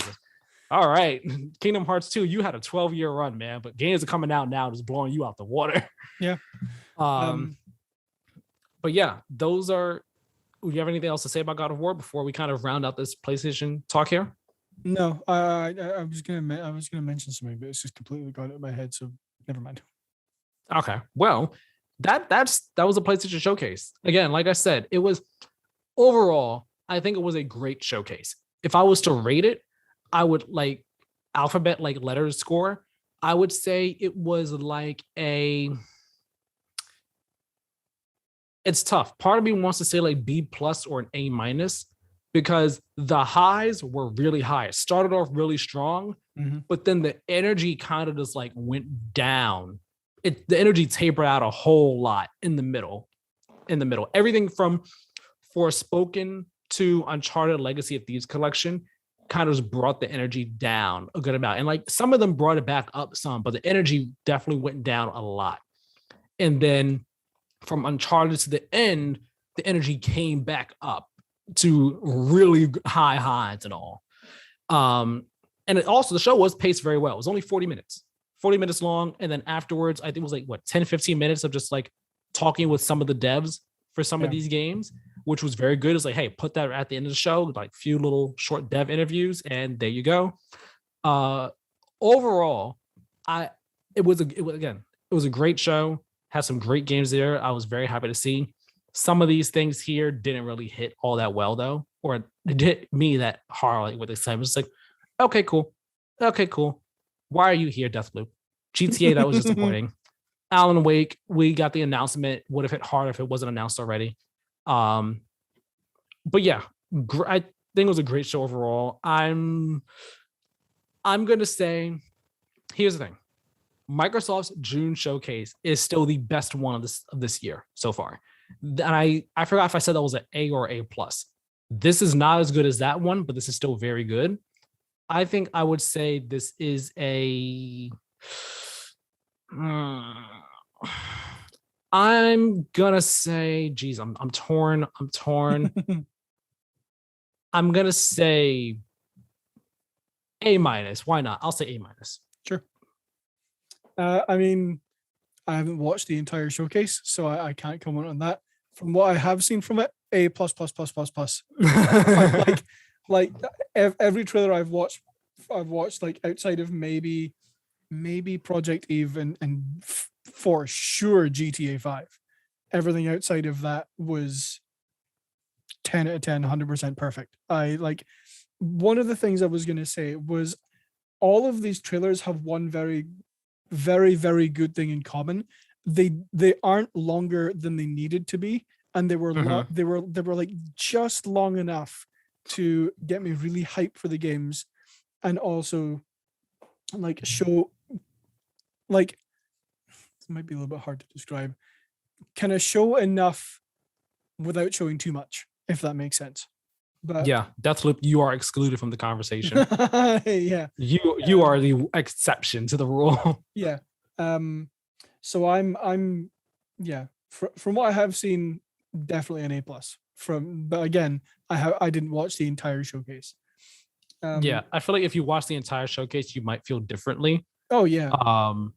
But yeah, I'm gonna say A- because all of the lows were fairly low.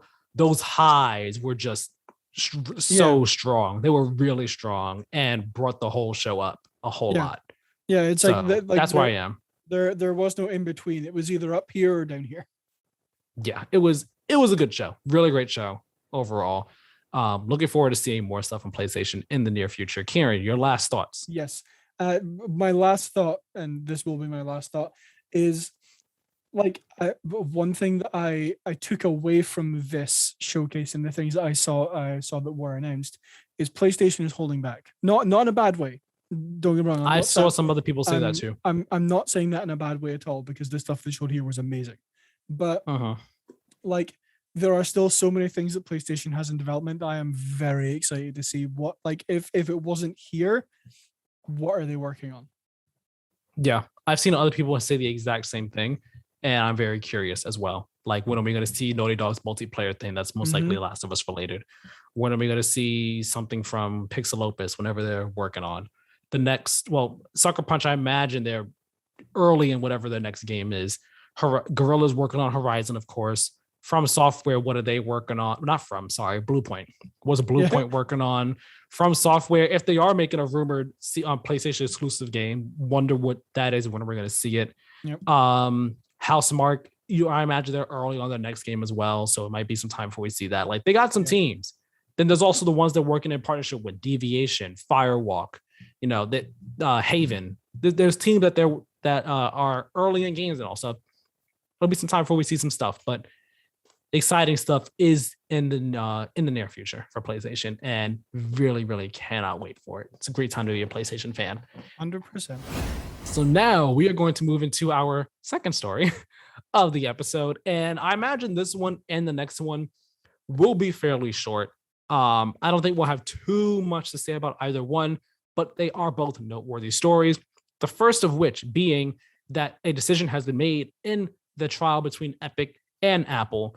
Reading this IGN article by Rebecca Valentine, says here, a judge has finally ruled in the Epic versus Apple lawsuit, most notably issuing an injunction in Epic's favor that forces Apple to permit developers on its platform to link to outside payment options within their apps. The injunction states that Apple is, quote, permanently restrained and enjoined from prohibiting developers from, one, including in their apps and their metadata buttons, external links, or other calls to action that direct customers to purchasing mechanisms in addition to in-app purchasing, and two, communicating with customers through points of contact obtained voluntarily from customers through account registration within the app, end quote. This specific ruling favors Epic, which brought the suit to Apple following Apple's removal of Fortnite from its App Store last year, after Epic incorporated the ability to skirt Apple's payment system, thus avoiding Apple's 30% platform fee. However, this was the only point on which Epic won its case. The court's final order took issue with both parties' definitions of their, quote, relevant markets, saying that the market the two were fighting over was neither Apple's own internal systems, as Epic said, nor all of gaming, as Apple claimed, but rather, quote, digital mobile gaming transactions. Given that market, the court declared it, quote, cannot ultimately conclude that Apple is a monopolist under either federal or state antitrust laws, end quote. But nonetheless, the court stated that Apple's conduct was, quote, anti-competitive, hence the injunction. The court stated it believes the injunction will, quote, increase competition, increase transparency, increase consumer choice and information while preserving Apple's iOS ecosystem, which has pro-competitive justifications, end quote. Apple did countersue Epic for breach of contract, and the judge ruled in favor of Apple on this point. The court has ordered Epic to pay out 30% of the $12,167,719 in revenue Epic collected from users in the Fortnite app on iOS through direct payment between August and October 2020, plus further damages. In total, Epic will pay Apple at least $3.6 million. That's a lot of reading, that's a lot of words we just threw out there. But the end result is basically that no one won, no one completely won, no one completely lost. Epic lost more on this because they brought like 10 counts and they only won one of those. That being that now Apple has to allow developers on the App Store to link to outside purchasing options. So you still are not able to do, I don't believe you're still able to do in-app purchases, like in-app purchases that are not directly tied to the App Store, the way that Epic was doing when they got them kicked out the App Store of Fortnite. But they do have to allow developers to be able to say, hey, you can pay here in the app using Apple's thing, or you can go to our website, use this link to go to our website and buy V-Bucks there instead. Yeah. Which is kind of what, it's not entirely what Epic was going for, but it's part of what they were going for. And then real quick here, Apple and Epic both issued statements in response to the ruling. I'm going to read Apple's first. So it says here, quote, "Today, the court has affirmed what we've known all along. The App Store is not in violation of antitrust law. As the court recognized, success is not illegal. Apple faces rigorous competition in every segment in which we do business, and we believe customers and developers choose us because our products and services are the best in the world. We remain committed to ensuring the App Store is a safe and trusted marketplace that supports a thriving developer community and more than 2.1 million US jobs, and where the rules apply equally to everyone," end quote. Tim Sweeney from Epic responded on Twitter saying, quote, "Today's ruling isn't a win for developers or for consumers. Epic is fighting for fair competition among in-app payment methods and app stores for 1 billion consumers. Fortnite will return to the iOS App Store when and where Epic can offer in-app payment and fair competition with Apple in-app payment, passing along the savings to consumers. Thanks to everyone who put so much time and effort into the battle over fair competition on digital platforms, and thanks especially to the court for managing a very complex case on a speedy timeline. We will fight on," end quote. So again, Epic didn't entirely get what they want. They kind of got part of what they wanted, but in the end, they still really lost the case. And again, Apple also lost as well. But Apple proved that, well, they were able to argue and prove as well as they could that they are not a monopoly like Epic was trying to say. And if I'm right, the judge did say that Epic overreached basically in their monopoly argument. And that if they had a better argument, or if someone else came down on the line, an argument could be made that Apple is a monopoly. Keiran, do you have any thoughts real quick? I don't really. I didn't read too much into this. Like I've seen headlines for it over the past couple of days, but it's a lose-lose situation for like Epic and Apple. Like I mean, like you said, definitely more so Epic than Apple. But yeah, I'm glad it's finally over. I wonder if we'll get any final little tidbits from this, but I don't think so. Yeah, and like it's possible that Epic would like appeal the decision to try and argue some more and try and get a better verdict for their case. Yeah. But it's possible that they won't. I mean, they said that they'll still fight on, but we will see what happens. So as of right now, this is kind of the end of the Epic versus Apple saga. It's finally come to an end. Honestly, I didn't think Epic was gonna win this anyway. No. For me, I was always of the mindset of, you made your bed, lay in it. Mm-hmm. Like, you don't get to, break the rules and then complain that the rules are, affecting you negatively because you broke the rules. That was my mindset on it. Although I did agree that, hey, let's improve the circumstances, like the pay and stuff for developers on the App Store. But at the same time, like, just because you're Fortnite doesn't mean that the rules get to bend for you. Yeah, exactly. That's why I fell on it.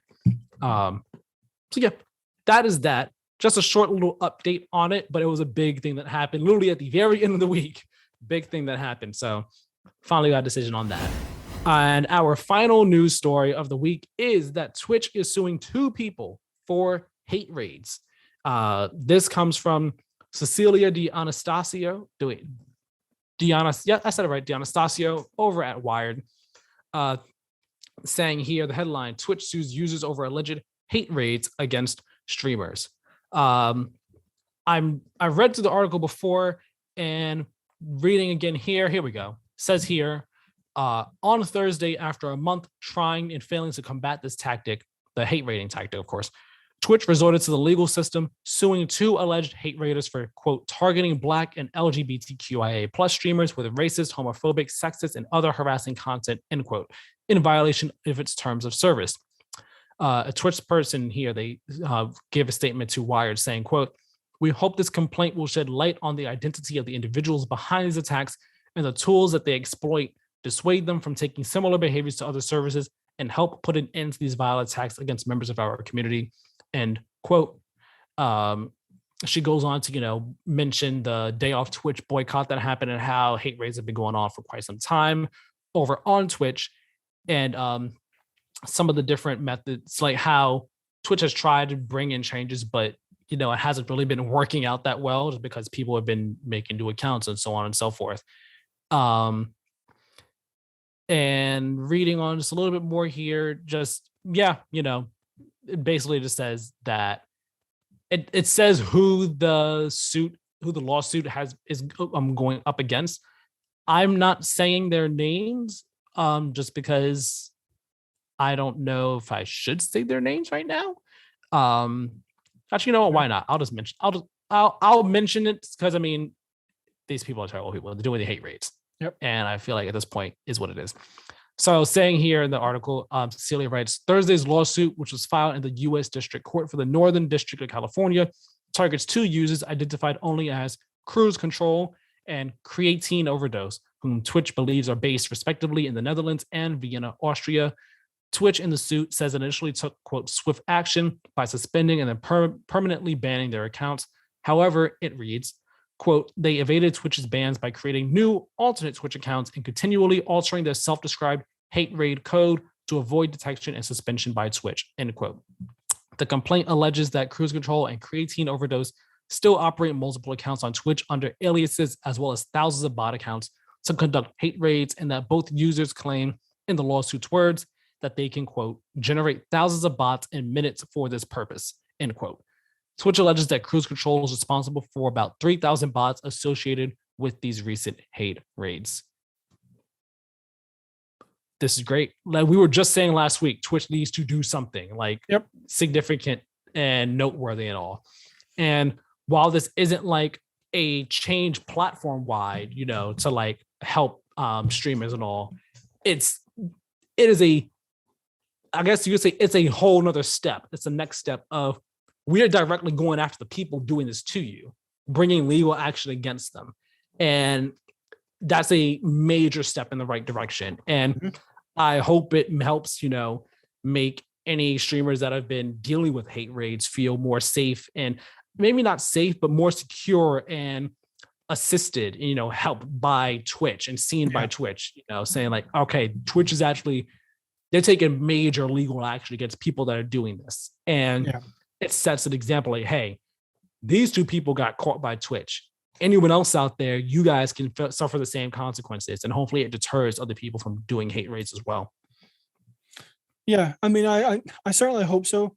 I think it will to an extent. I definitely don't think it's going to stop the hate raids or the harassment from happening, because I also think like there's going to be some cocky people out there who are like, oh yeah, Twitch can't touch me. Like all I'm doing is putting messages in a chat. They can't do anything to me for that. So, but like, I like I said last week, I just can't comprehend doing something like that to someone else. Like, I like to think I'm a decent human being, and obviously these people aren't. So, I hope it deters them. I think it's going to deter a few of them. I don't want to say majority because I don't know, but I still feel like more has to be done. Oh, of course, more definitely has to be done. This is just a very strong move. Yeah, and exactly. A very strong sign of, I guess, I don't want to say solidarity because that sounds like that Twitch has no role in actually helping, but like a strong sign of support and action. Yeah. Towards helping and getting exactly. Like mitigating this problem and eliminating it. Yeah. Which is good. That's all people wanted. That's all people asked for. Yeah. So of course more has to be done platform side, giving streamers the tools and more on the platform to actually prevent this from happening or mitigate it. But it's a great move here, a great thing from Twitch to do. So very happy for them. Yeah. And that's going to round up our news for the week. Again, mainly PlayStation Showcase related, but still a pretty good week. I think those are some good discussions we had there about all that new stuff as well. Very fun discussions. So excited for the future of PlayStation, man. So excited for some of those games. But speaking of games that we're excited about, we're going to talk about what we've been playing this past week. Keiran, do you have a lot to say about your one? Not Because I don't have a particularly. lot to say about my two. Yeah, no, I don't have a huge amount to say. Okay, well, I'm curious about what you have to say about Assassin's Creed Odyssey. So please tell me what you've been doing in the game. How far are you? How are you liking it? So on and so forth. I'm liking it a lot actually. Not definitely not as much as I enjoyed Valhalla. Okay. I'll say that right off the top, but I'm not near as long into Odyssey than I am Valhalla because I think I played Valhalla for like 103 hours, something like that. Of course. And I don't think you would have gotten 103 hours in a matter of a week, unless you're a No, crazy person. no. How far are you though? Like time wise, if you know? I think maybe like 7, 8, 9 hours in, something like that. I'm doing the first like nation conquering part. I've So like when you're about to like you do like the major big battle with like Athens or Sparta, like that type of thing, you mean? yeah, so I'm in the process of doing that just now. I've played this part of the game before because I played it when it came Yeah. out originally on my PC, but I never got further than I think maybe like an hour or two after that battle because even at the time my PC couldn't run it. So I see. I've done this part before. I've stolen the war chest. I am yet to kill the nation leader or destroy any supplies. But this annoyed me when I played it the first time. I still absolutely hate it, and it is the mercenary system. I hate Oh it dear so God. much. I talked about it when I played the game. Mm-hmm. I hate it with a passion. It's so Yeah, annoying because it punishes you for doing anything at all. exactly. It punishes you for playing the game, and I hate it. It's so annoying. Like I'll be walking down the street, not bothering anybody, and then all of a sudden I'll hear, "Hey, you," and I'll die. Or I'll like my least favorite thing about it is like I'll be in the middle of like prime example. Mm-hmm. I was trying to kill the nation leader. Yep. I snuck Mm-hmm. into the hideout. I killed like 4 people without being seen. I was like almost to the nation leader. And then I hear from behind me, "Hey, you." Yeah, exactly.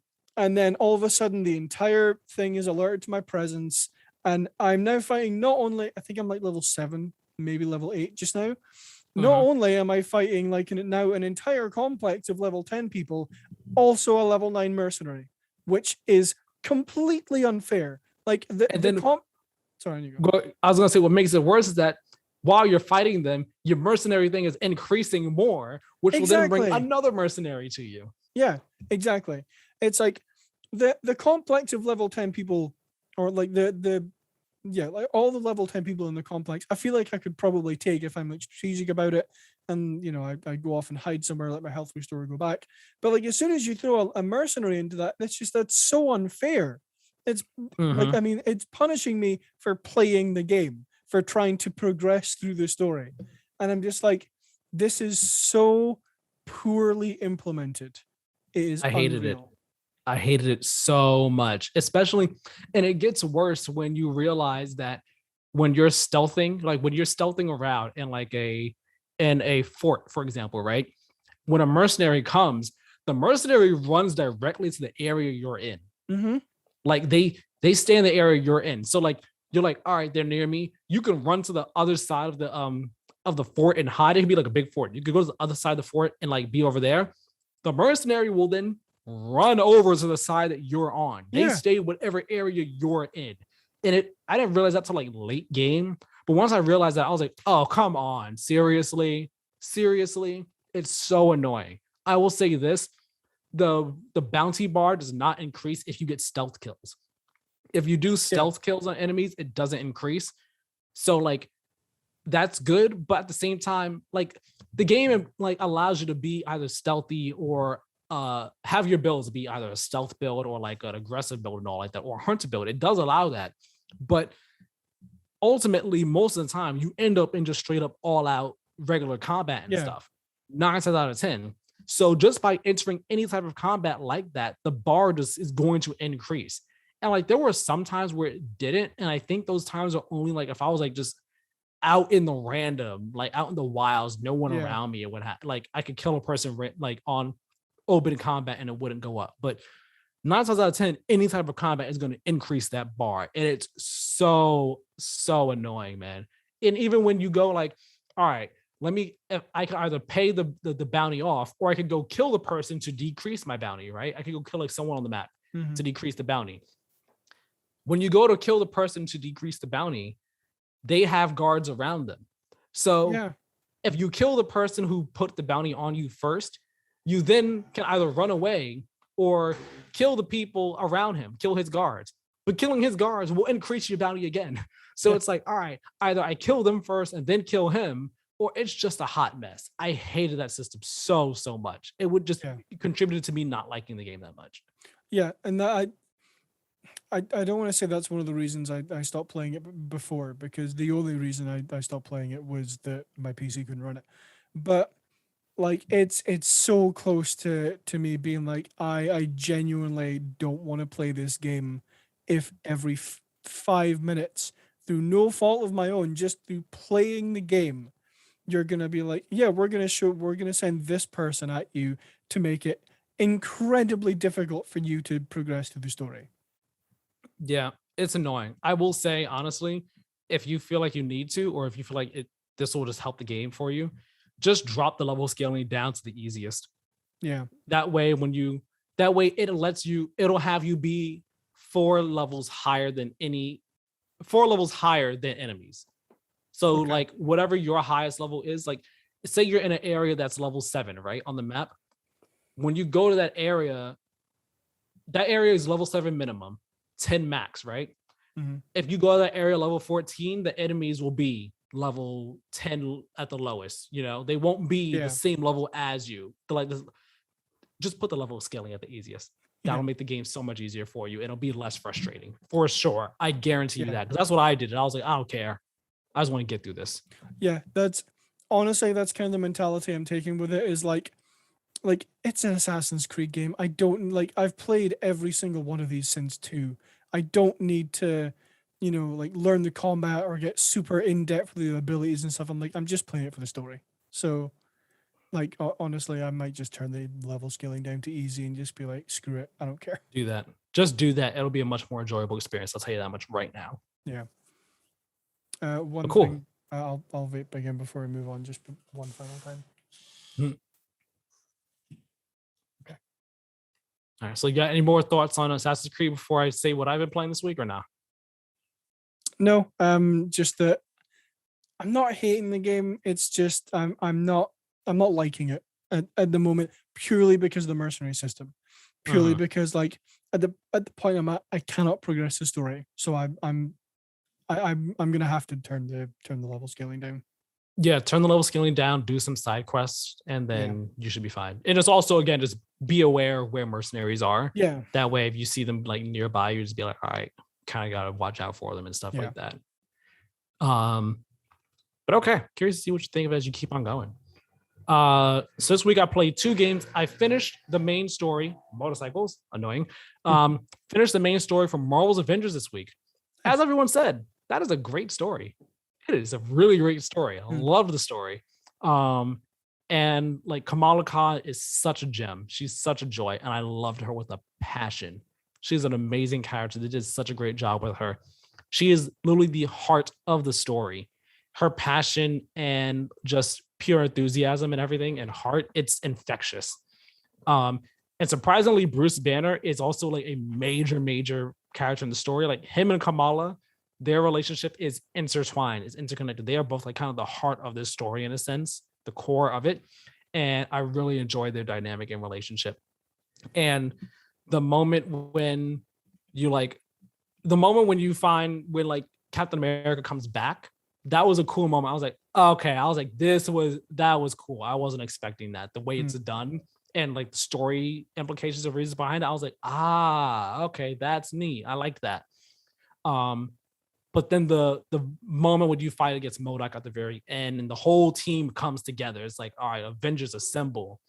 Like you start the mission as Captain America when you get to the MODOK boss battle. it has you switch between the Avengers. So I think you start as Captain America, and then it has you go to Iron Man. No, you start as Iron Man, then it switches you to Cap, then it switches you to Thor, then Black Widow, then Hulk, and then you do Kamala for the final bit of it. It's just like, all right, we are the team. The team is here. We're gonna do it. It is just super cool. It was really awesome. Really enjoyed it. I do not know if I'm gonna do the DLC stuff, like the Kate Bishop, the Hawkeye, and the Black Panther stuff yet. The reason being is because I don't know if those things are level gated or not. Because many of the missions in the game, well, at least some of the missions in the game, they scale to the level of whatever hero you're playing as at the time. I don't know if the Kate Bishop and the Hawkeye and the Black Panther stuff are the same thing. So I don't know if I could go into them as I am right now, or if I need to like grind and level up to be able to do them yet. I've been looking around the internet to see if I can. No one has given me a clear answer. So if I can just do them at the current level I'm at, I will. If not, and I have to grind, I might just be like, deuces, I'm out. Or be like, I'll come back to you at some other times. I also want to do Destiny. And again, there's a bunch of other games that are coming out now and everything. But overall, if Marvel's Avengers, the main story was really good. It was really great. And if that's all I did, I am not mad at the $25 I spent to play that main story. It was a really great story. So that was that. And then I also started this game, The Pathless. That game came out last year, was there at the launch of the PS5. It's also a PS4 game too. So you play as this character. They're not like a hunter, but you play as this character. They go onto this island. This island's been corrupted by like this darkness in a sense, right? I'm calling it darkness. That's not the official word, but I'm calling it darkness, right? And you go onto the island and you have your bow and arrow. That's your weapon. And the hook behind the game is the traversal. So like you press R2 and you shoot your arrows at these talismans, and the talismans, they give you boost energy. You hold L2 to sprint around the map, right? And that's your form of traversal, because your regular walk is super slow. So you're constantly just always holding L2, doing your sprint and shooting arrows at talismans to constantly be boosting around and jumping and doing stuff like that to get around fast. It's cool. It's stylish. It's fun. After a bit, doing that does get a bit boring. I'm just like, all right, just it's just autopilot in my head. It's like click, boom, boom, boom, boom, boom. It's still stylish and cool though. So you come across this, you have this little bird that's your ally, right? You use the bird to like glide across the gaps and stuff. It's cool and all like that. But there are like 3 segments on the island, 3 sections. And each section you have to basically get enough like gold talismans to clear darkness from like a tower. And there's X amount of towers in a section. So the first section is like 3 towers you have to do, right? You do all 3 of them, and then you can fight the boss in that area, right? The boss in that area is basically a corrupted spirit. The corrupted spirit is always roaming the area though, right? So what's a bit annoying with them is that it's always roaming the area and it's easy to see where it is. But if it comes to you, you end up in a mandatory stealth section, right? And I think every time you enter a section, you have to do it at least once. Because the first time I entered the first section, like it kind of just came right at me. Couldn't really avoid it. When I got to the second section, the first time I was in it, it kind of came right at me. It's hard to avoid. But these mandatory stealth sections are not fun, because you go in it and your bird gets taken away from you, and you have to slowly stealth your way over to it without being seen. It's not hard at all. It's very easy, but it's tedious and boring because you move really slowly to get your bird. And you get your bird and it's like, yeah, we're good. Let me clean you off. Now I can actually keep on exploring the way I want to. It's a bit annoying. Yeah. But throughout the island, you find like the gold talismans by just like solving puzzles, like environmental puzzles and stuff. So you do this like eagle vision type thing. You press triangle, and then the island, like everything turns blue. It's like a spirit vision kind of sort of. The island turns blue. And then it does like sends out pulses every so often. And anything highlighted in red is an area where there's like some of this darkness, chaos stuff. And that's where you can go find another gold talisman piece. So you go to each of them and you solve the puzzle that's there. The puzzles aren't too difficult, but they require some thinking and stuff. But I think what I have an issue with is it being a bit difficult to find some of the places, because like you see it in the world, like obviously you see where the red is, but there's no map. Yeah. So it's like, all right, how do I get there? For some people that might be fun, that might be part of the fun, but for me I was just like, do I gotta go around this way? Do I go around that way? Which way do I have to go to get to it? It could be a bit confusing. It's not always so clear exactly how to get to the destination you're trying to get to. But the boss fights, I did one boss fight already. And I mean, they're cool. The music's great as well, by the way. The music's great. And the boss fight the boss fight really boils down to you, like, at least for the first one, chasing down the spirit, shooting talismans on it. And then you end up in an arena where you're doing the same thing. You're just avoiding their attacks now. And they're cool. Like, the game isn't blowing me away by any stretch of the imagination. But it's not bad either. It's a fun little time. It's a perfectly fine game that I'm enjoying right now. So I don't think it's long either, honestly, because I'm in the second section already, and I think I only played for 2, maybe 3 hours. Okay. So it's not bad. It's not a bad game. I'll probably finish it. That way I could be like, yeah, I did it. But yeah, that's where I am on it right now. It's fine. Nothing too crazy though. Yeah, interesting you mentioned the music, because I was going to throw in a little fun fact for people. Austin Wintory is the composer for The Pathless. That's what I thought, because I was playing it. I was like, I feel like Austin Wintory is the composer for this game, and he does. I love his music in Journey. Journey is I was away to say he also composed Journey, and I don't know if he just did the main score, if he did all the music for Assassin's Creed Syndicate. That's what I was going to say as well. I'm pretty sure he did that game too. So yeah, overall, enjoying it. I have one more piece of random information for people if they care, but I mentioned to you before the show I started watching C on Apple TV, and the music for that show is done by Bear McCready. Ah, interesting. I did not know that. He's the one who did the music for God of War that we mentioned earlier. Yeah. Look at that. Keiran is the fountain of trivia. But yeah, so this weekend I am 100% playing Life is Strange 2 Colors. I already have it on my PS5. Playing that this weekend. And then next week, I'll be talking about that next week. And I'll also be talking about Deathloop next weekend as well, because that comes out Tuesday and I got it pre-ordered. So I'll be talking about those 2 new games next week. It's going to be a fun one. Okay, so location change if you are a video watcher, because my internet has been just kind of like died all of a sudden randomly. Don't know why. Happened earlier, but we were able to like really clean that up. It happened just now, and my battery was dying anyway. So location change. I moved to a different spot where I can have my laptop plugged in and stuff like that. So sorry if my face looks super white, because now the window light is shining directly on me, and this is how it has to be for the last like bit of the show. For the final segment of the episode, we're actually not going to end it there. As I mentioned earlier in the show, tomorrow, as of recording, yesterday, as of publishing, September 12th, is the 1-year anniversary of Keiran and I podcasting together. Mm-hmm. For those who don't know or who may not have remembered, we first started the podcast as Games and Gaming Podcast back in September 2020. And back then it was audio only, just an audio version of the podcast. Yep.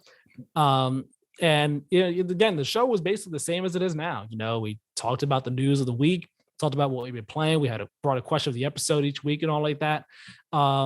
And we did that. And then near the end of the year, we kind of started, near the end of 2020, that's when we kind of started talking about, doing video for the podcast at some point in time. And then January, we had thought about rebranding the podcast and what we would want to do with that and all, which then led us to March, when we, fully did the rebrand, Games and Gaming Podcast, video on YouTube, doing weekly videos on Fridays as well, and everything. And it's where we are today. Yep. Games and Gaming walked so Play to Win could jog. Let's say that right now. I don't know if we're at the full run stage yet, but we're jogging right now. We're jogging. Yeah. But it's been a year. It has been a full year of us podcasting.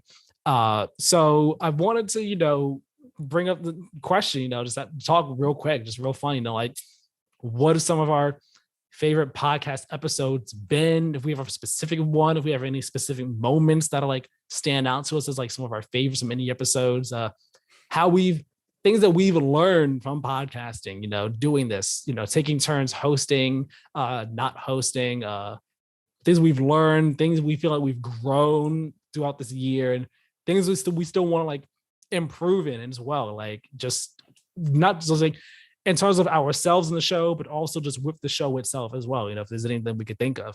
And then one final thing that we'll mention when we get there. But before like we kind of get into those, Keiran, real quick, I just want to kick it to you. Like, do you have anything to say about like, hey, it's been a year, wow, it's crazy. I mean, I've 100% enjoyed doing this. It's been a lot of fun. Yes. Sorry, I got an email and I was like, is it the thing? It's not the thing. Let's see if I got an email. That's my thing that I'm super excited for. Continue though. I'm listening to you. I don't know if I have any like overall thoughts about what you asked me, which I can't remember now for some reason. But I was like, do you have any like just overall general thoughts? It's like, hey, it's been a year. Yeah. Well, it's definitely been a year. Yeah. I mean, I think I wanted to start this one when we did, because like it was the middle of lockdown. I was so bored with just sitting talking to myself. We did that reaction to the Xbox game showcase, which was kind of like I guess you could say like the birth of our podcast, because afterwards I was like, hey, I want to start a podcast, and you were like, okay, cool. Like it's been a fun year. I've definitely enjoyed doing this, even though I at times have not been the best podcast host or co-host, I should say. Wow, that's an interesting thought. Didn't think you would say that at all. But no, yeah, it's been a fun ride for sure. It's been enjoyable. It's been fun. I've always wanted to be on a podcast, do a podcast, a gaming podcast. And it's been fun being able to talk weekly about the news of the week in the gaming industry and what I've been playing and what someone else has been playing and thoughts on different games and things like that. Talk about it with someone else like this in this capacity. It's really been enjoyable. And at first, like doing audio was one thing, and then going to video was a whole nother thing. I mean, not like it's a drastically different, or like that much more difficult, but it brings another element of things. Before it was just like, all right, we're just talking to each other, hearing each other's voices and all like that. But now doing video, we see each other, we see each other's reactions to the things that we say and the so on and so forth. It just adds another level and it enhances the dynamic in a sense.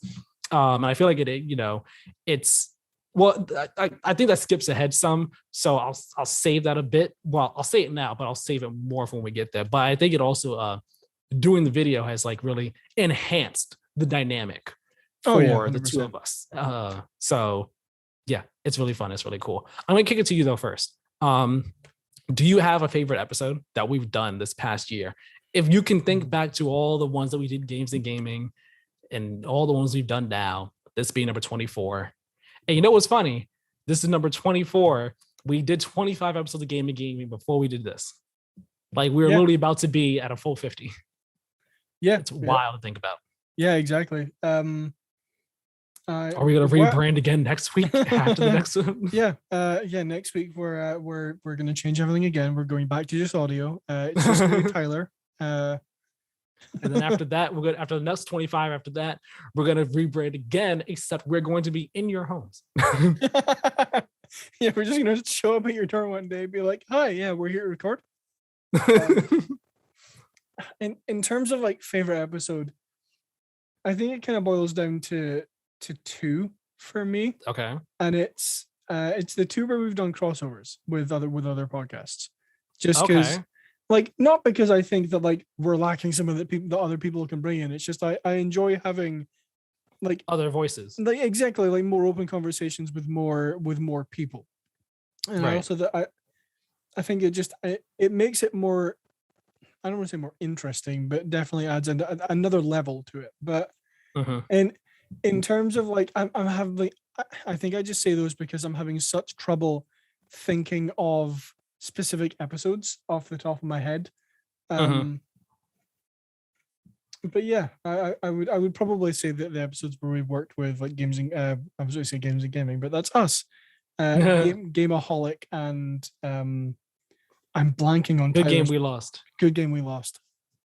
Yes.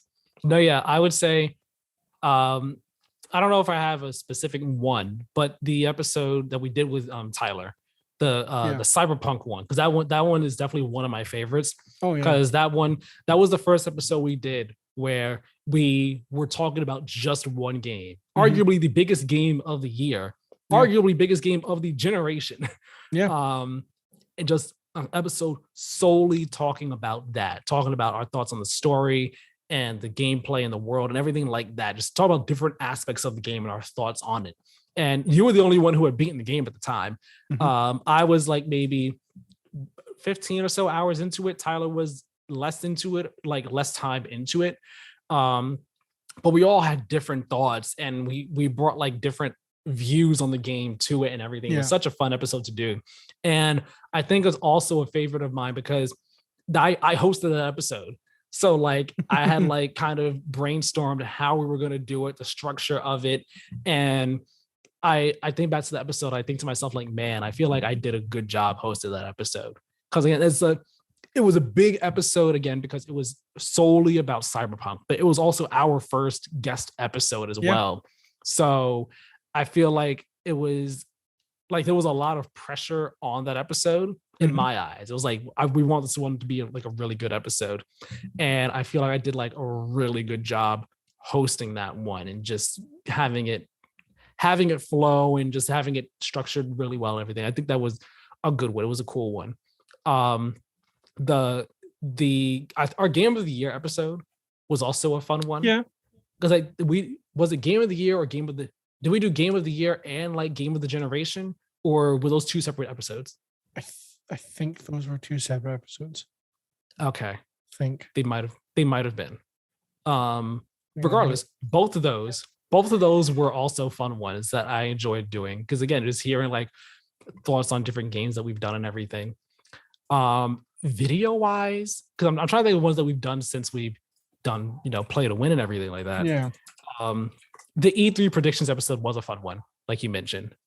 That was a really good one, because again, we had Gameaholics in, we had two new voices now to like talk about E3 and get excited and hyped for that with and all. But I think one of my favorite episodes that we've done since Play to Win started is actually not even an upbeat one. It's actually the Blizzard one, the Activision Blizzard one. Yeah. If not the first one, the second one, or both of them actually, because both those episodes, like the first time something super serious and like industry wide important like happened, for us to talk about, and we were both just like the discussion was like deep and thoughtful and reflective, and I don't want to say insightful, but like really serious. And we were just it was just a really deep, serious conversation and a necessary conversation. And I think there were a lot of important points were brought up and all like that. Of course, obviously, we're not women. We don't work in the company. We don't have a super industry insight. So we're speaking from a totally different perspective and lack of knowledge that many others, or perspective that many others have and all like that. But I thought that those conversations and episodes were really good and really and not fun, but just good episodes. So I was looking at all the previous episodes we've done as Play to Win just on YouTube to see if there was one that stood out to me, but all of them I've enjoyed doing all of them. Now, do you have a favorite moment from any episode? Any episode from the past year? 100% that time you swore. 100%. What was it? What were we even talking about? I forgot. Oh, we were talking about Tomb Raider. We were talking about Tomb Raider exclusivity.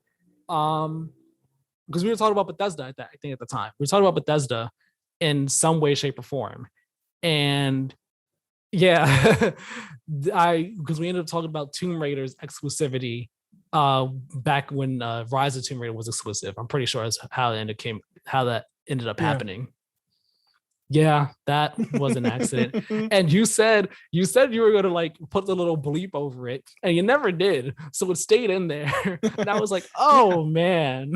Yeah, because like I was editing it and I'm like, because I originally I put the bleep in, I put the bleep over it, and then watched it back and I was like, I kind of just want to leave it in. I think it's funnier if I just leave it in. Yeah, like that was like I don't often go back and watch the episodes just because I don't have time to go Yeah. back and watch them all. And also I'm kind of not a fan of listening to my own voice. Um, but this is the one because I was like, I knew I had accidentally slipped up. I was like, I wonder if he left it in. He said he was gonna take it out, but I wonder if he left it in. And I was like, let's just skimmed through. I found the point and it was still there. I was just like, oh no, you left it in. I was like, did you forget? You're like, oh no, I thought it was funny. I was just like, oh man. That was a funny moment though. Yeah. That was a funny moment. Again, it's sometimes it just slips out. I'm very good about censoring myself, but it just slips out sometimes. Yeah, I mean, I'm Scottish. Swear words are like every second word for me. So I'm like, I've gotten very good at not swearing unless I intend to. Yeah, for me, if I'm in if I'm not in a place where I need to censor myself, it'll just kind of fly on out. Yeah. So it just like again, I know how to censor myself. I have a younger brother. I censor myself a lot, like a lot of my life. It's very easy to do it. But sometimes it just kind of slips on out. You got any other favorite moments, or is that the one? Um, I mean that's top 100%. But I don't think I have like another favorite. I have a favorite video that I've made, which is my Oh, sure, go ahead. my Game Pass video. Just Yeah. because that was most fun to put together because like I sat down and like looked at every game that was in Game Pass at the time. I'm like, okay, which of these do I think are my top 10? Because I had originally listed out a top 10, but then when I Yeah. was thinking about it, I was like, for like I kind of want to talk a little bit about each of them, but I want the video to be under 10 minutes so that it's not like too long for people to watch. So I cut it Yeah. down to top 5. So but like I enjoy going through and like picking, which games would be in my top 5, and then Mhm. just putting that together, recording the voiceover for it. That was definitely the most fun. Yeah. No, I'm sorry. I thought I was waiting to say something else, but I wasn't. That was fine. I think my favorite moment on any episode. Um, I so recently one of my favorite moments. Again, this is a real recent one. When I was explaining the abandoned thing to you, Keiran, and just died laughing trying to explain it to you because it's just so absurd. Like that was, I think back on that sometimes. I'm just like, that was really funny. It's like I'm breaking down, I was like almost crying tears because that was just hilarious telling you about all that. Um, but another moment that's actually one of my favorites is I enjoyed this a whole lot when I was putting the preview together for it back then. Again, the Cyberpunk episode, we were if you remember this was the preview. I made this the preview for that episode. We were talking about I think the world in the game or something.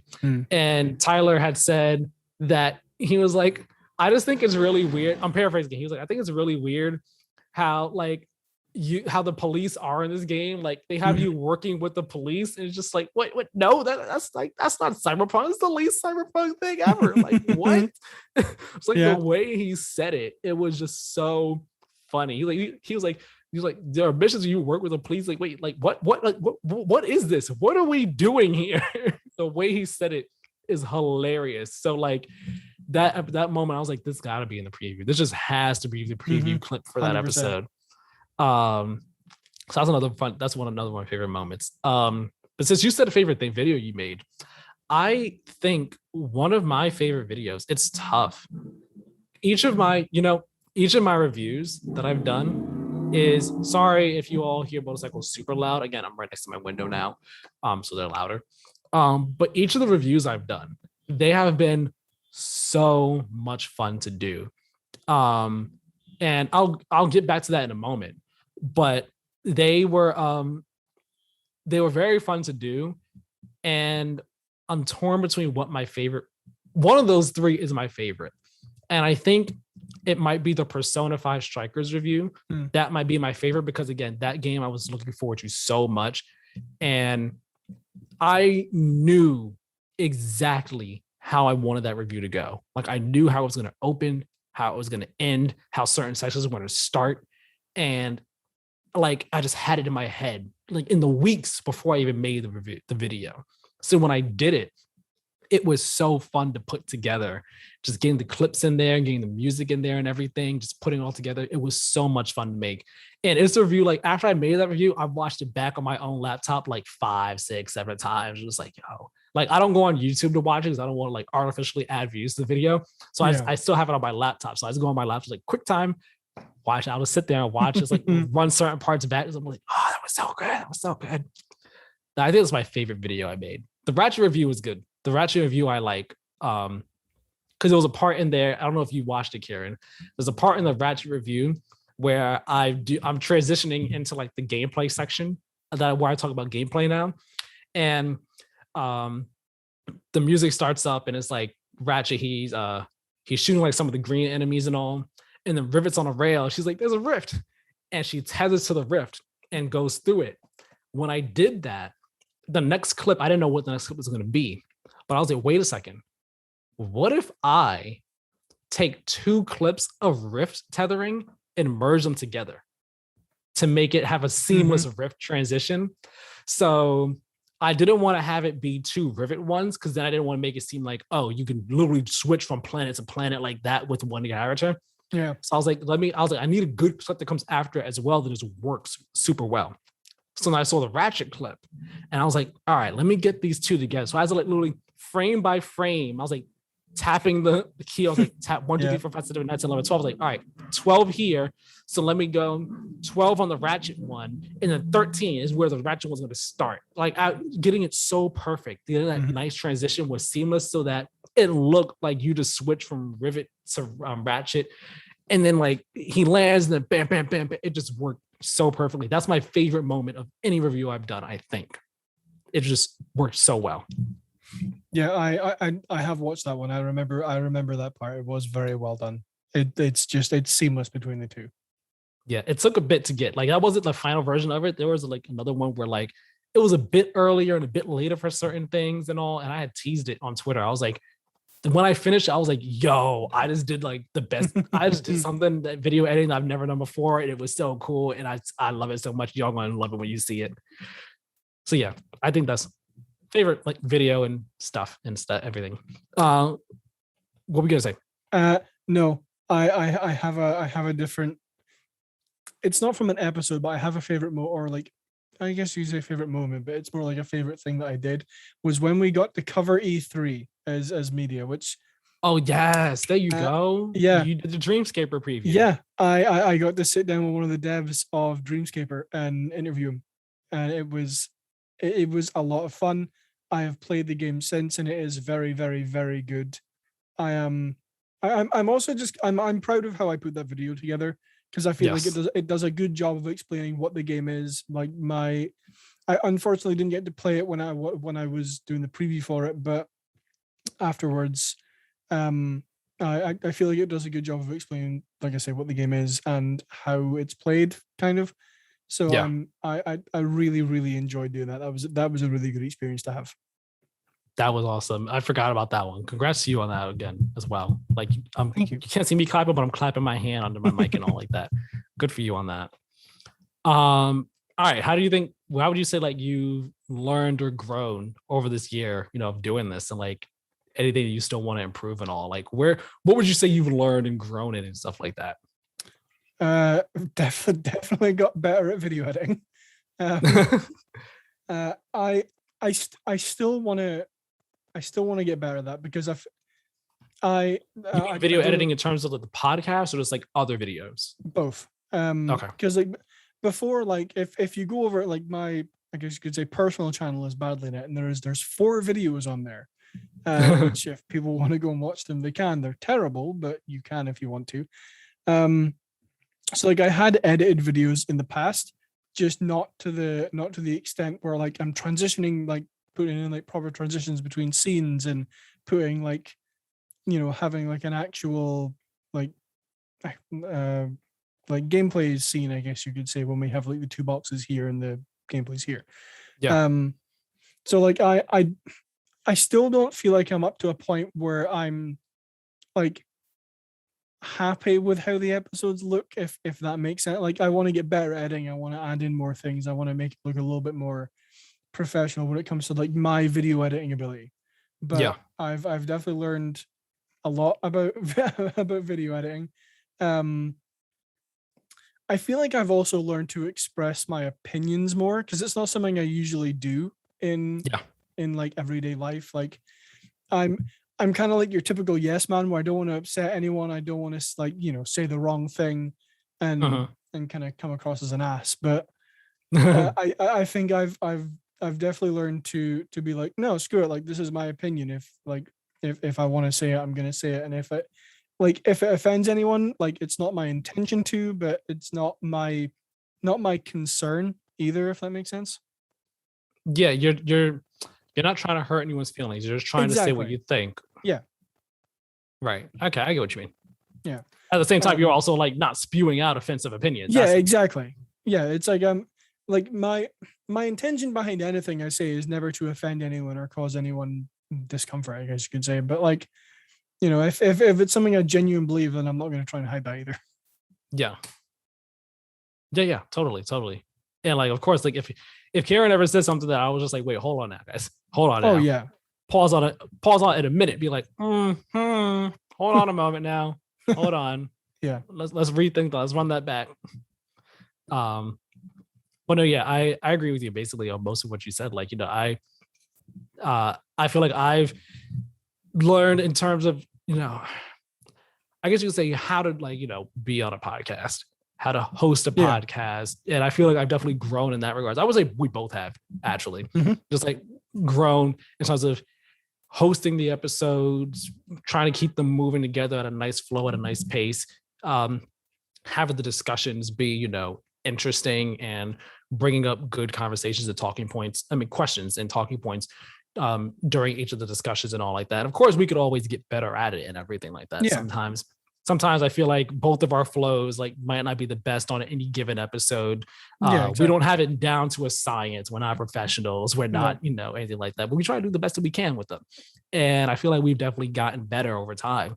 I mean, before we even started Games of Gaming, we were like, all right, we're gonna do 3 weeks of just practice runs.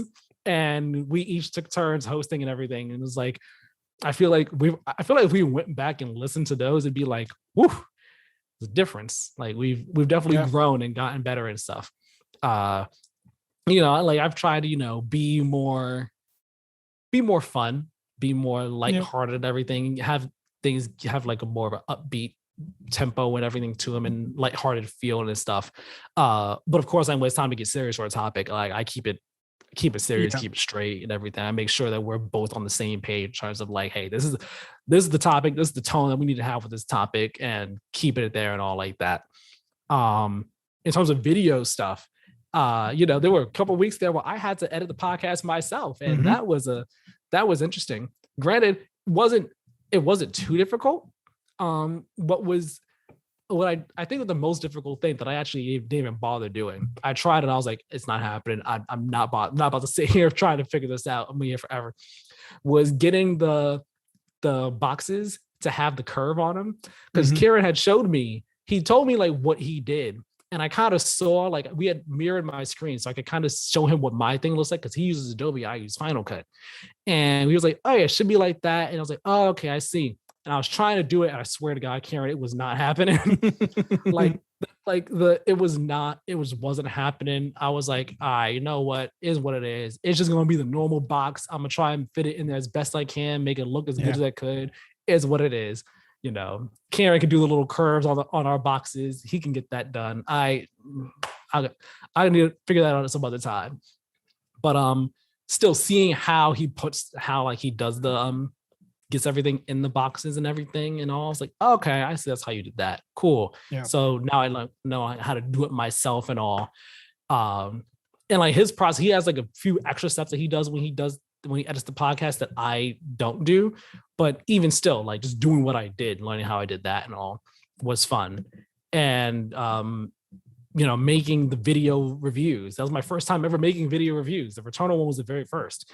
So doing that, again, like I've said before, I think I said it on here, but if not, I said it on Twitter. Easy Allies, they're my inspiration for video reviews. I see theirs as like the gold standard. I always have. Mhm. So my videos, the way I edit the video reviews and the previews are like heavily inspired by them. So like the way it's structured and how I do it all, that's why it kind of came out the way it did. I was like trying to do it like theirs, but also still be me at the same time. And like I feel like those came across really well. And just again, putting together a video review is very different from just like writing a regular review. Like just making sure you have the right gameplay clips, making sure your gameplay looks good. It's whole process, but that was fun to do. There's probably some other things I just can't think of right now. But yeah, those I feel like I've grown there. And of course I want to improve, improve on my hosting, improve on getting my thoughts out in a clear, cohesive manner. Because I feel like that's one thing that I try to do, but I don't always do the best. Because when you're on a podcast, you don't want to take up so much time just talking, you being the one person talking everything. You want to make sure that you say what you have to say in a clear, concise, and as clear and concise a manner as possible, while also, getting across your point at the same time and properly explaining things and all. And sometimes for games where there's so much to explain, it's a lot. You want to get through everything you want to say and stuff.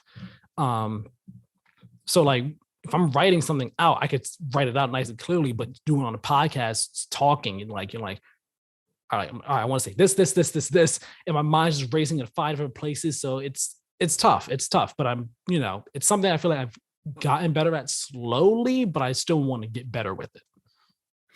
Yeah. One thing that I definitely need to improve on, I swear to God, there will be a review I post at some point. Like, I don't actually know if anyone knows this, but like my Resident Evil Village review has been sat in our Google Drive since I finished it.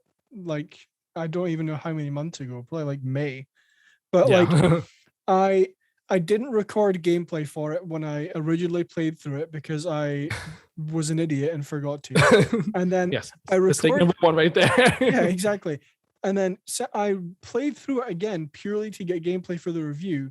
And then I genuinely don't know what happened, but like I just like didn't touch the review for like a few weeks, and then lost the footage for my my second playthrough because I was going through and like clearing out old podcast stuff and accidentally deleted it because I'm an idiot. So like, and I can't bring myself to play through that game a third time just to get no. That's so funny. I swear to God, there will be a review from me at some point. I promise. I'm not leaving that entirely to Tyler. I just need to find a game that I want to do a review for. I imagine there are 2 coming up that you will want to do one for, and I don't know if you would do it for both, but one of them I'm almost certain you will do it for. Which ones? Halo and Forza. I was thinking both of those. I don't know yet. We'll see.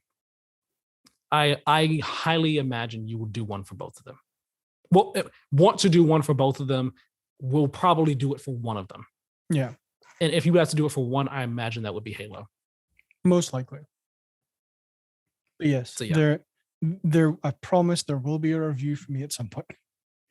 It's happening. It'll happen. It'll happen. If not, then just be like, Keiran, I am assigning you this game. Do a review on it. Yeah. Once we talk about our next thing, people might actually be able to look at my Village review. Perhaps they will. You want me to intro this? Or you want to intro it? Up to you. No, you go. All right. So as I said, it's been a year of us podcasting and stuff. We've been doing Play to Win from March to now. It's been 6 months. Oh my gosh. Yes, 6 months. Yeah. So that being said, when we started Play to Win, we had a couple different ideas aside from obviously YouTube. YouTube was the big thing. That was the big main thing. So we were like, all right, we're going to do video. We'll have the channel. We'll see different videos over there. We also had another idea as well that we set the baseline for. We got the thing, but we never actually started it. We kind of started to put it together, but we kind of got put on the back burner in the sense. Yeah. But thinking about it more and more recently, and we never wanted to not do it. We always wanted to, just never got around to doing it. But we're gonna do it. We're gonna get it all set up. We're gonna do a play to win site. It's gonna be a WordPress site, nothing. It's not gonna be like a super amazing, crazy site. It's gonna be a WordPress site. Expectations set there. Yeah. But we're gonna have a play to win site. And here, I forgot what the URL is, because again, we got this URL back in March. It's been a while. I forgot what it is. But Keiran, you got it? I'm getting just now. Okay. I'll okay. So over here on the Play to Win site, what we're gonna do is all our written previews and reviews, the written versions will be there as well. So our videos, the video reviews will be there at the top of the written review. The preview, the video will be at the top of the written preview as well. The podcast episodes will also share them over there as well, with the written out timestamp, description of it, all that stuff. Our Friday videos will be put over there as well with description of what it is, so on and so forth. And in addition to that, we are also going to be doing like every now and then, if one of us feels like we have something that we want to write about, so like basically like blog type like post, if there's something that we feel that we want to write about, we'll write about that over there on the Play to Win site as well. We're not going to say, we haven't really thought of like how frequently these blog type posts would go up or anything like that. But if we do like decide on having it being like, a set schedule for like when a blog post would go up, we would announce that. But as of right now, we're not saying it'll be every Wednesday, there'll be a blog post from one of us on the site or anything like that. We're not saying that right now.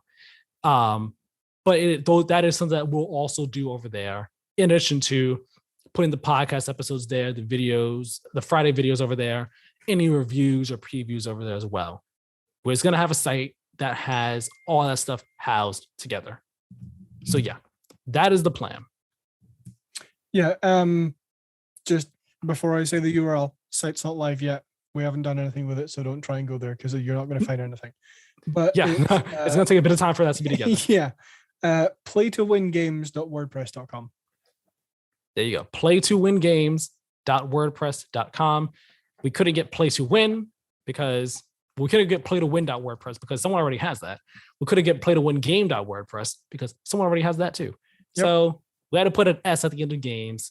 It's very similar to our Twitter and Instagram tags already. Just put an S at the end of it. Yep. Once it is officially ready and live, we will announce that on Twitter, on Instagram, on the podcast, and we'll be, promoting that at the beginning of the show and the end alongside the Twitter and Instagram and YouTube like we always do. So yes, very exciting thing. Yeah. I'm very much looking forward to it. That way, if you're not able to watch the reviews, you can go ahead and read them on the site instead of watching it. And we can also just share our written thoughts on things that are not necessarily a review or preview, but something that happened in the industry. If we want to say, hey, I think Halo Infinite is going to be crazy good, or if we want to say, hey, I think Halo Infinite is going to be a hot pile of garbage, we could write a whole blog post about that if we so choose. Whatever comes into our minds, whatever the thought may be about anything happening in the gaming industry. Or if we just want to write, a little something about a game that we're playing, or if Keiran wants to rant about the mercenary system, he can do that. It'll be fun. So that's happening, and I'm excited about it. Keiran is excited about it too. Do you have any other thoughts on it? Anything you want to say about it before we round out this look back on the past year of podcasting that has taken way longer than I thought it would, but it was I know.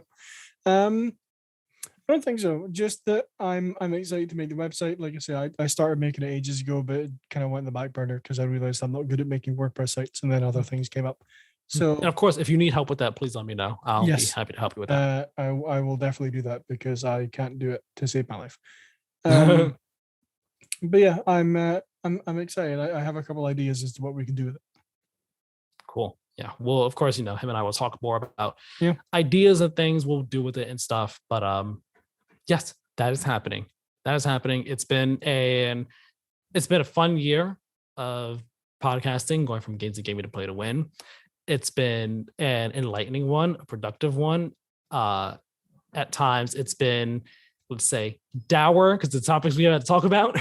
But all in all, it's been great. It's been fun. Yeah. And I'm happy to do this with you. Happy you brought you proposed the option to me. You offered me, hey, you want to do this with me? I was like, let's do it. So it's been, wow, this will be 20, it'll be 49 technically. 49 episodes of podcasts that you and I have done with each other, and 24 with Play to Win. I'm sure we'll do another one of these when Play to Win hits a year. I know we're going to. Yeah, 100%. But it's been fun. It's been fun, man. And with all that being said, this will round out episode 24 of the Play to Win podcast. Thank you all very much for watching and listening to this episode.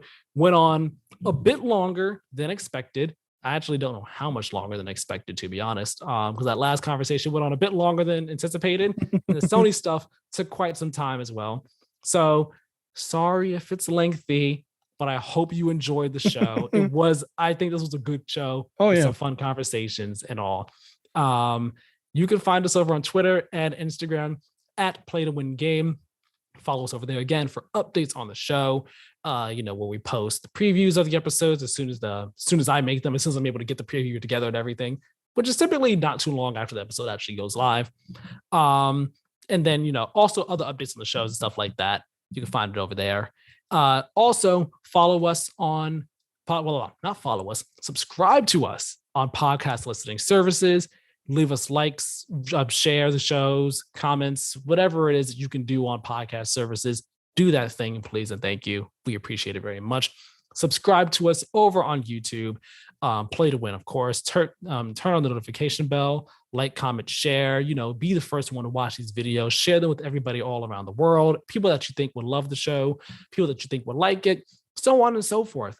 Anything and everything is greatly appreciated. And once again, I want to say thank you to everybody who subscribed in the past week.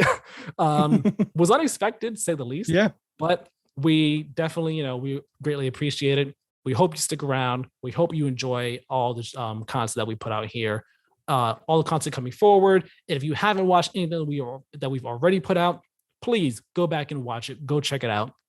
It's some cool stuff back there. With all that being said, Keiran, where can people find you? You can find me on Twitter and Instagram at badlynet, BADLYNET, all one word. Fantastic. You want to say anything else about your Twitter or not? I post random stuff on there, anything from politics to stuff I think about when I'm wandering about the house. You know what you don't post over there? What? You don't post about Micro Center anymore. I just realized that. You stopped your crusade like somewhere around day 100. I think I got like 123 or something like that. I forgot. I didn't realize what number it was just because like the way my Twitter is, like I don't see the posted in recent order. It just shows me like stuff around. So some of them I definitely wasn't seeing. So I didn't remember where you stopped. But see, that's why Microsoft's not going to end up over there. You don't have the commitment. They said he's not committed to the cause. Well, you can't go. Exactly. But yeah, I just realized I was like, he hasn't done that in a while. That's why I don't remember when the last time it was. Do you remember when it was? I do not. And I really can't be bothered going through my Twitter to find it. It's gonna look back at it and be like, yeah, give me like 10 minutes. Hang on. Oh boy. Well, yes, go follow Keiran over there at BadlyNet for fun little things that he posts over there. You can follow me on Twitter at TylerMiller2496. I post about games and stuff, movies, anime. I like and retweet a lot of things. So that's what a lot of my feed really is. Things I've liked and retweeted that I think are funny or cool. But you could also chat with me over there as well. So feel free to hit me up. Or Keiran if he's open with that too, like if he's open to conversation with people's. With all of that being said, and without any further ado, we will bid you all farewell. Thank you all very much for watching and listening. Hope you all enjoyed, and we will talk with you all next week. Have a great one. See you all later.